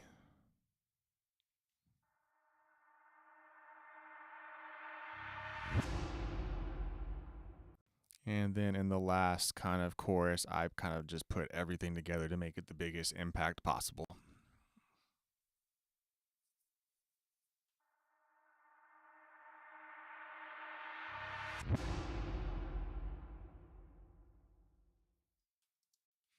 So it was cool. I liked it. I dig it. Sound effects to me didn't really have. I don't really worry too much about like mixing those or EQing those. They come in and they're kind of meant to kind of just kind of air a track like this and like hip hop and stuff. Like some tracks you might have to do the sound effects, a little more sound design stuff, but I don't. So I remember that the last step that I did before I started going on to mastering was I tried using max volume 2 on the drum bus. And this was my first time actually kind of trying this. And I was actually surprised and impressed with the results. Now, with this session, usually with every session, I watch tutorial videos too, guys. You know, I'm on YouTube watching, you know, pro mix engineers and like Mix with the Masters and a bunch of other people talk about, you know, their approach to music, and even some of like the you know, other people that are out there and, you know, talking about like how to do this, that, and the other.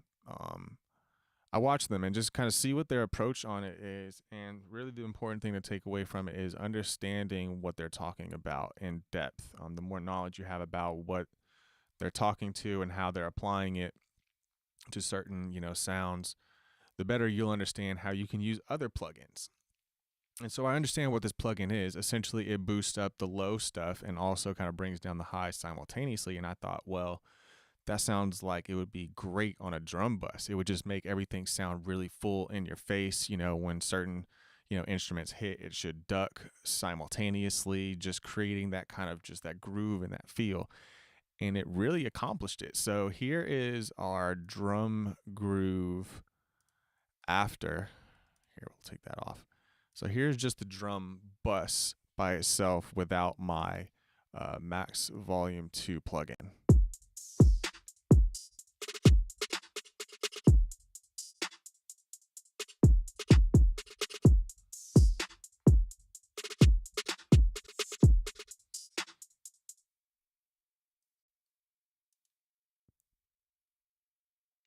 And now his here, and now here is with the plugin.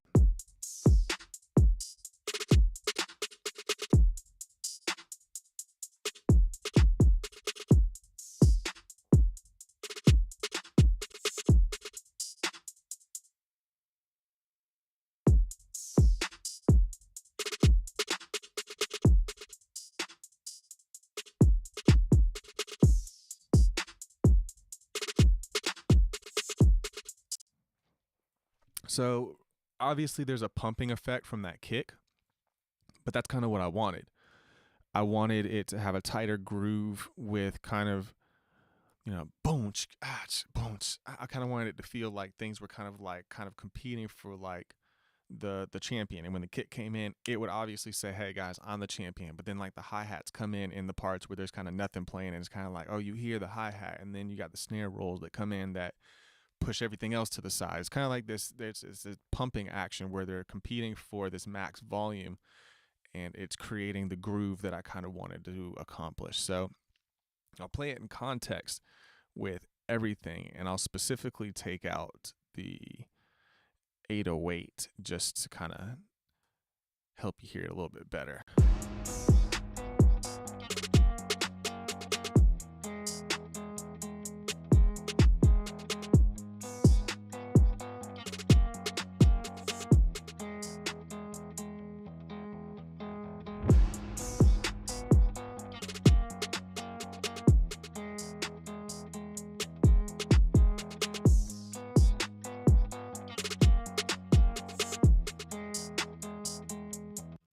It really makes the hi-hat groove with everything. Listen specifically to the hi-hat in this section and how the hi-hat feels like it feels more groovy with this plugin on.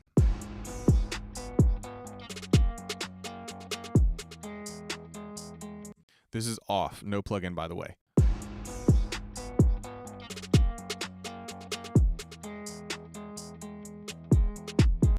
And now with.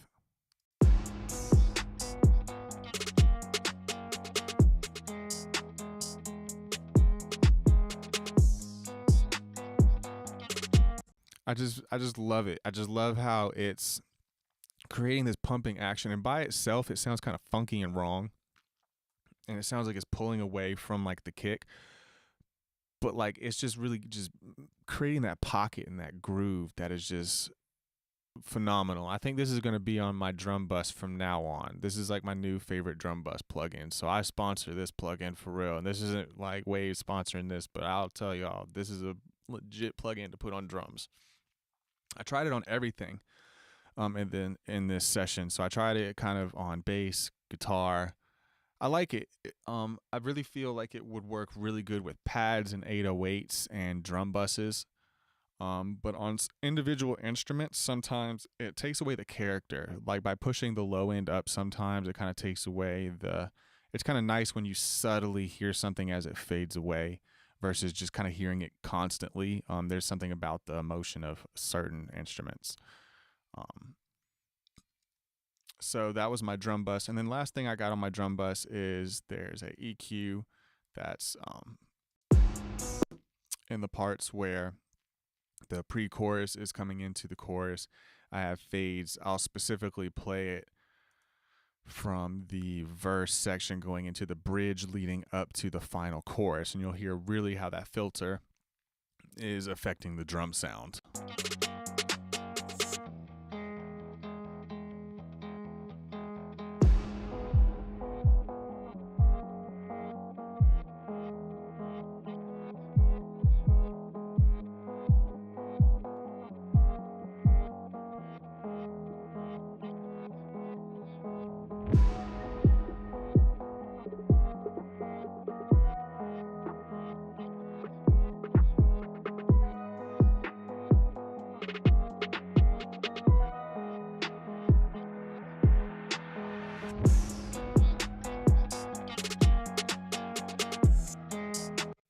So you'll hear it just really makes that transition feel more. Um, Here's a build up to it. Things disappear and you want them to be there, and you subtly hear them.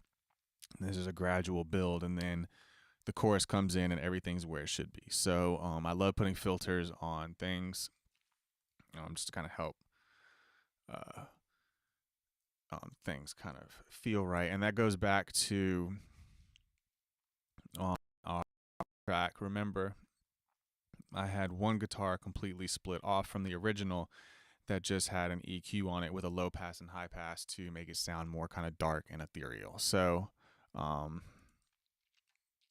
yeah, that was my process to the mixing process and all my plugins. Once I kind of get my editing together, then I kind of jump to my mix window because it makes it easier for me to just see all my faders in one area, and visually I can just get to where I need to go faster than scrolling up and down between tracks. Just easier for me on this window when I'm doing certain things. So I would have it probably looking something like this. With Yeah, I'd probably have it looking something like this with all my tracks expanded, and then there's a shortcut, Command Option M, that makes your mix window narrow or wide, and then I can kind of see everything that's going on in my session in one area. And then it goes back to my master. Well, this is actually my mix bus, where I have all my major processing. By the way, I created a reverb, and just throughout the process, I just sent certain instruments to it. You can actually see where they are right here. You have this verb right here. This is a reverb. This is a reverb. This is a reverb. And some of them are pre-fader, and some of them are not pre-fader, just depending on the sound that I was going for. With the synths, I put them in pre-fader primarily because I wanted the reverb to kind of be more of the main sound versus the actual instrument itself feeding the reverb. So there's points where the reverb is louder than the actual lead instrument feeding it itself. So just kind of makes things go in the background a little bit better, especially with synths. And then the reverb that I use, Valhalla Vintage Verb, I use 3.3 seconds, pre-delay 0, mix 100%. These are the settings that I kind of just came up with. And if you're asking why I'm not using pre-delay on instruments, I want them to live within that reverb. I don't want there to be like a gap. It um doesn't work for me with instruments sometimes. I like the pre-delay to be really as small as possible. I mean, the most I might go up is like 5 or 6 milliseconds or something like that. Unless I'm doing drums, then I'm kind of like playing around with the pre-delay, trying to get that early reflection tone or something, or like slap back delays or something. But for this, I like this reverb. It worked. So I'll play what I'll do is play everything except for the drums and the bass. So I'll mute the drums. I'll mute the bass. I'll go back to this window and play it. So here is without the reverb, and then I'll kind of add it in as an effect.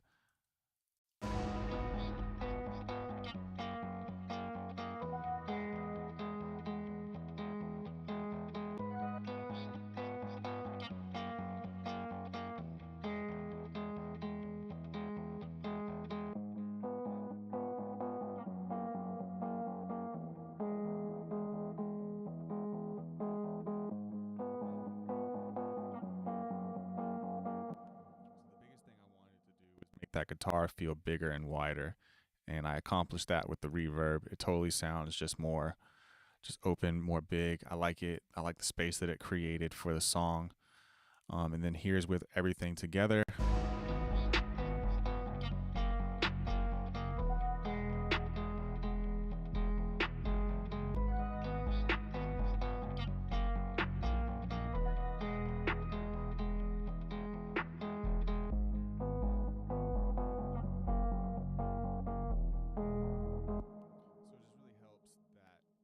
Fill out that space. It gives that guitar just more in the background, puts it out in the back, really fills it out a little bit more, makes it kind of the lead instrument, which is what I was going for. So now let's move on to my mix bus. So on my mix bus, my first track that I have is my SSL compressor. Now, what I typically do here is have my limiter open simultaneously while I'm doing changes to essentially see kind of how these changes affect my sound. But what I'll do is turn my limiter up, because these settings I had set and I'm not going to change them. I'm just going to unbypass them so you can see kind of how they affect the sound. So here is a SSL G bus compressor from a 4000G console.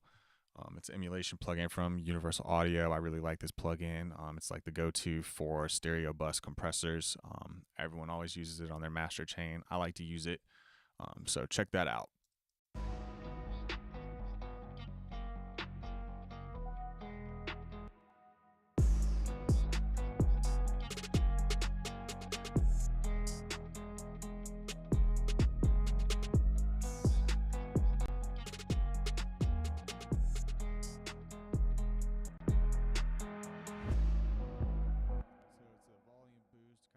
Off that kick, brings it a little bit closer together to everything.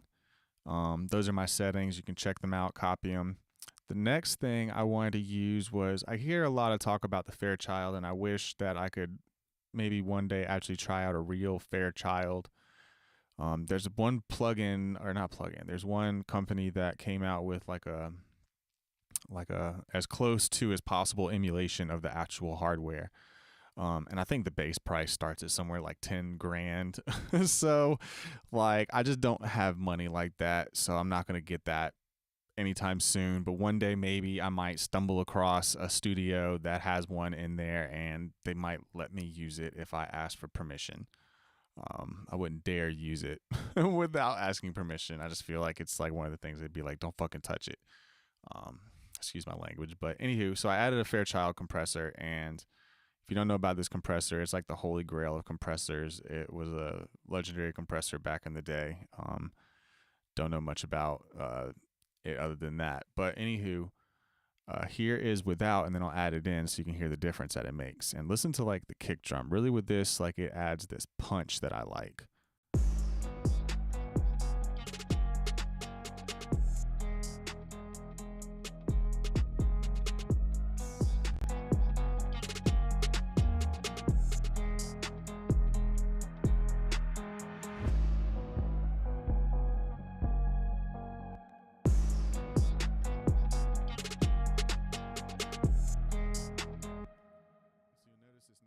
very much compression. It's just subtly hitting it, but I hear it really just the kick. It makes the kick come out like a little more punchier than like how I've been doing it in the past. So I really dig using that combo, the SSL G bus compressor and the Fairchild. I think this is the 670 model. Yeah, 670 stereo bus compressor. One thing I will say that I don't like, um, is my understanding was that I could switch it between Latin vertical and it would do the left and right channels independently from each other. But I found that no matter what setting I actually switch it to, um, it affects the left and the right channel equally. So I don't like that about this. But usually 9 times out of 10, the way I'm doing my compression is if like the guitars or something, if I have like background vocals and like the background vocals, one's like off to the left, one's off to the right, there's more like signal in one side versus the other, I'll go and use like a 33609 plug-in from Universal Audio, which is an emulation of a Neve bus compressor. And that one, when I switch it to left and right, it affects the left channel differently from the right channel. And so I'll do like compression on my folders and my subgroups before it hits my mix bus. And then my mix bus, I guess I kind of just go about it as kind of leveling everything off kind of left and right. One day I might find a bus compressor plugin that I can use that affects the left and right channel differently. I think there's a way I can actually do it in Pro Tools. I just haven't actually attempted it, to be honest. But point is, I actually like the way these sound together in combo. They sound good. I'm sitting here talking about how I don't like that they're not stereo independent, but they sound great together. So here is before my compression.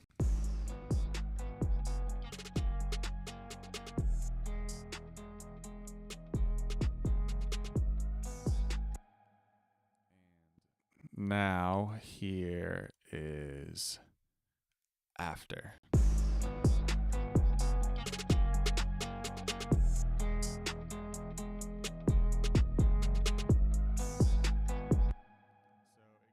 Considerable dB boost from the gain adjustments, and also it's getting a little saturation, some compression to kind of round things off and bring everything together.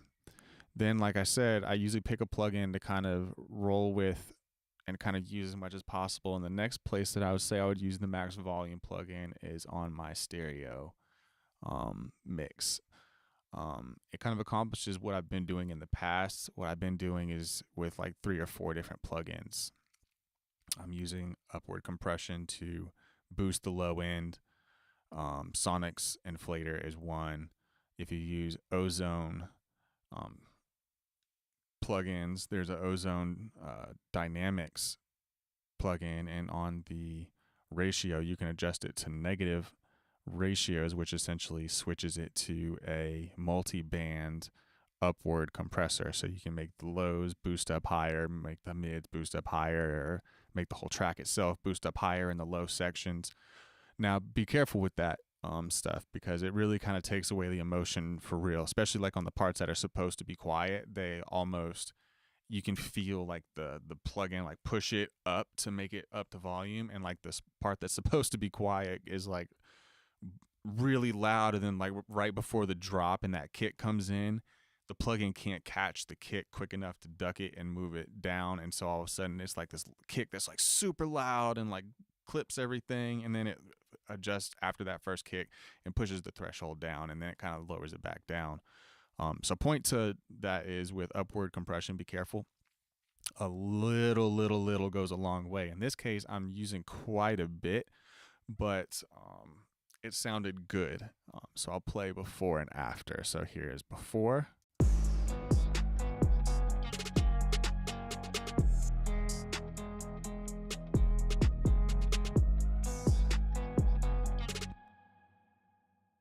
And now here is after.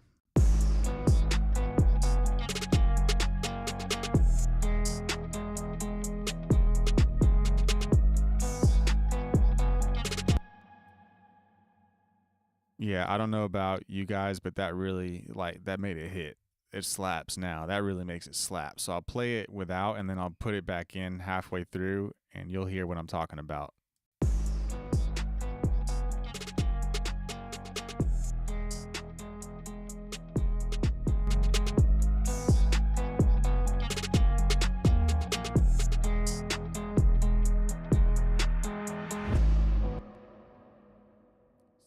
It really just it kind of helps with like the mixing process a little bit. Like usually I have to do kind of like automation stuff to kind of make things like hit the limiter a little bit harder, but this kind of does it in a way that pushes and moves things in a musical way. Um, and then the last step is again, I'm just setting my limiter and my threshold to just bring it up to a good volume. Usually I try to shoot for negative 14 LUFS just because that is the streaming standard last time I checked. However, I have pushed songs out on streaming platforms that are way louder than negative 14 LUFS. We're hitting close to around like negative 6 LUFS on one record, and they didn't dock it. So I don't know really what's up with that, if they're going to dock it later or what. But anywho, negative 14 LUFS is the area that I shoot for. Really, what I try to hit is just basically I don't want to do more than 2 or 3 dB of reduction. And that's just to get this up to level and make it feel and sound a little bit closer to what the final product might sound like. So I will then play the song from an area that I know should be the loudest, which is going to be kind of this bridge right before the last chorus. And again, I want to check this plug-in to make sure that it's not pumping up those areas too much, and I want to make sure this limiter is catching any peaks. So I will play the song from the beginning of the bridge going into the last chorus and to the outro, and I will check my levels and adjust things accordingly.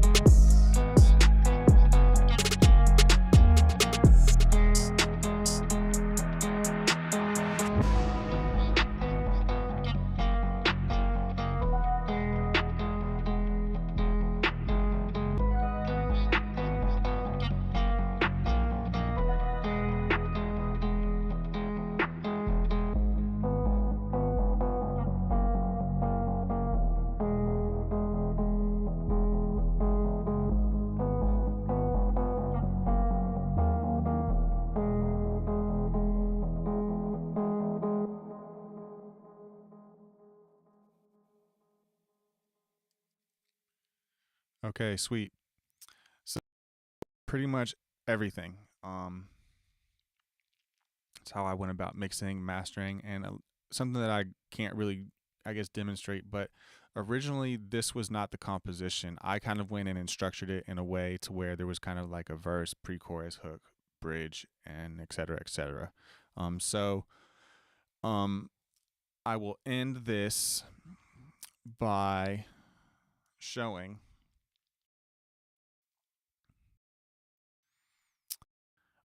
playing the two different mixes in comparison to each other. So I will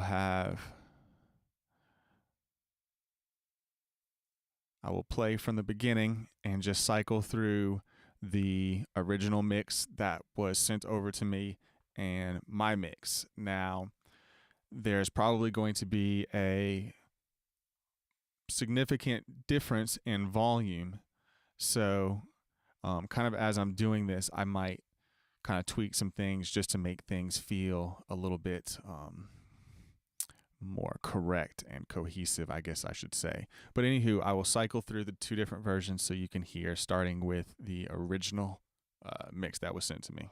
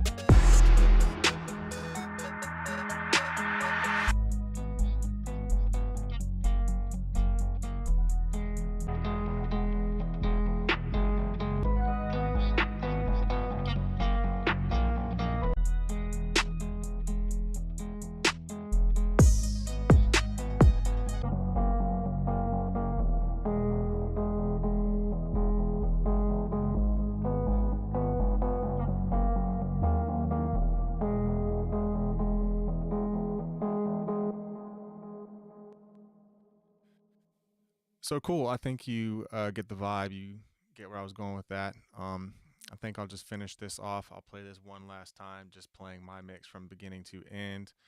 I hope you guys enjoyed watching this and you learned at least something from it.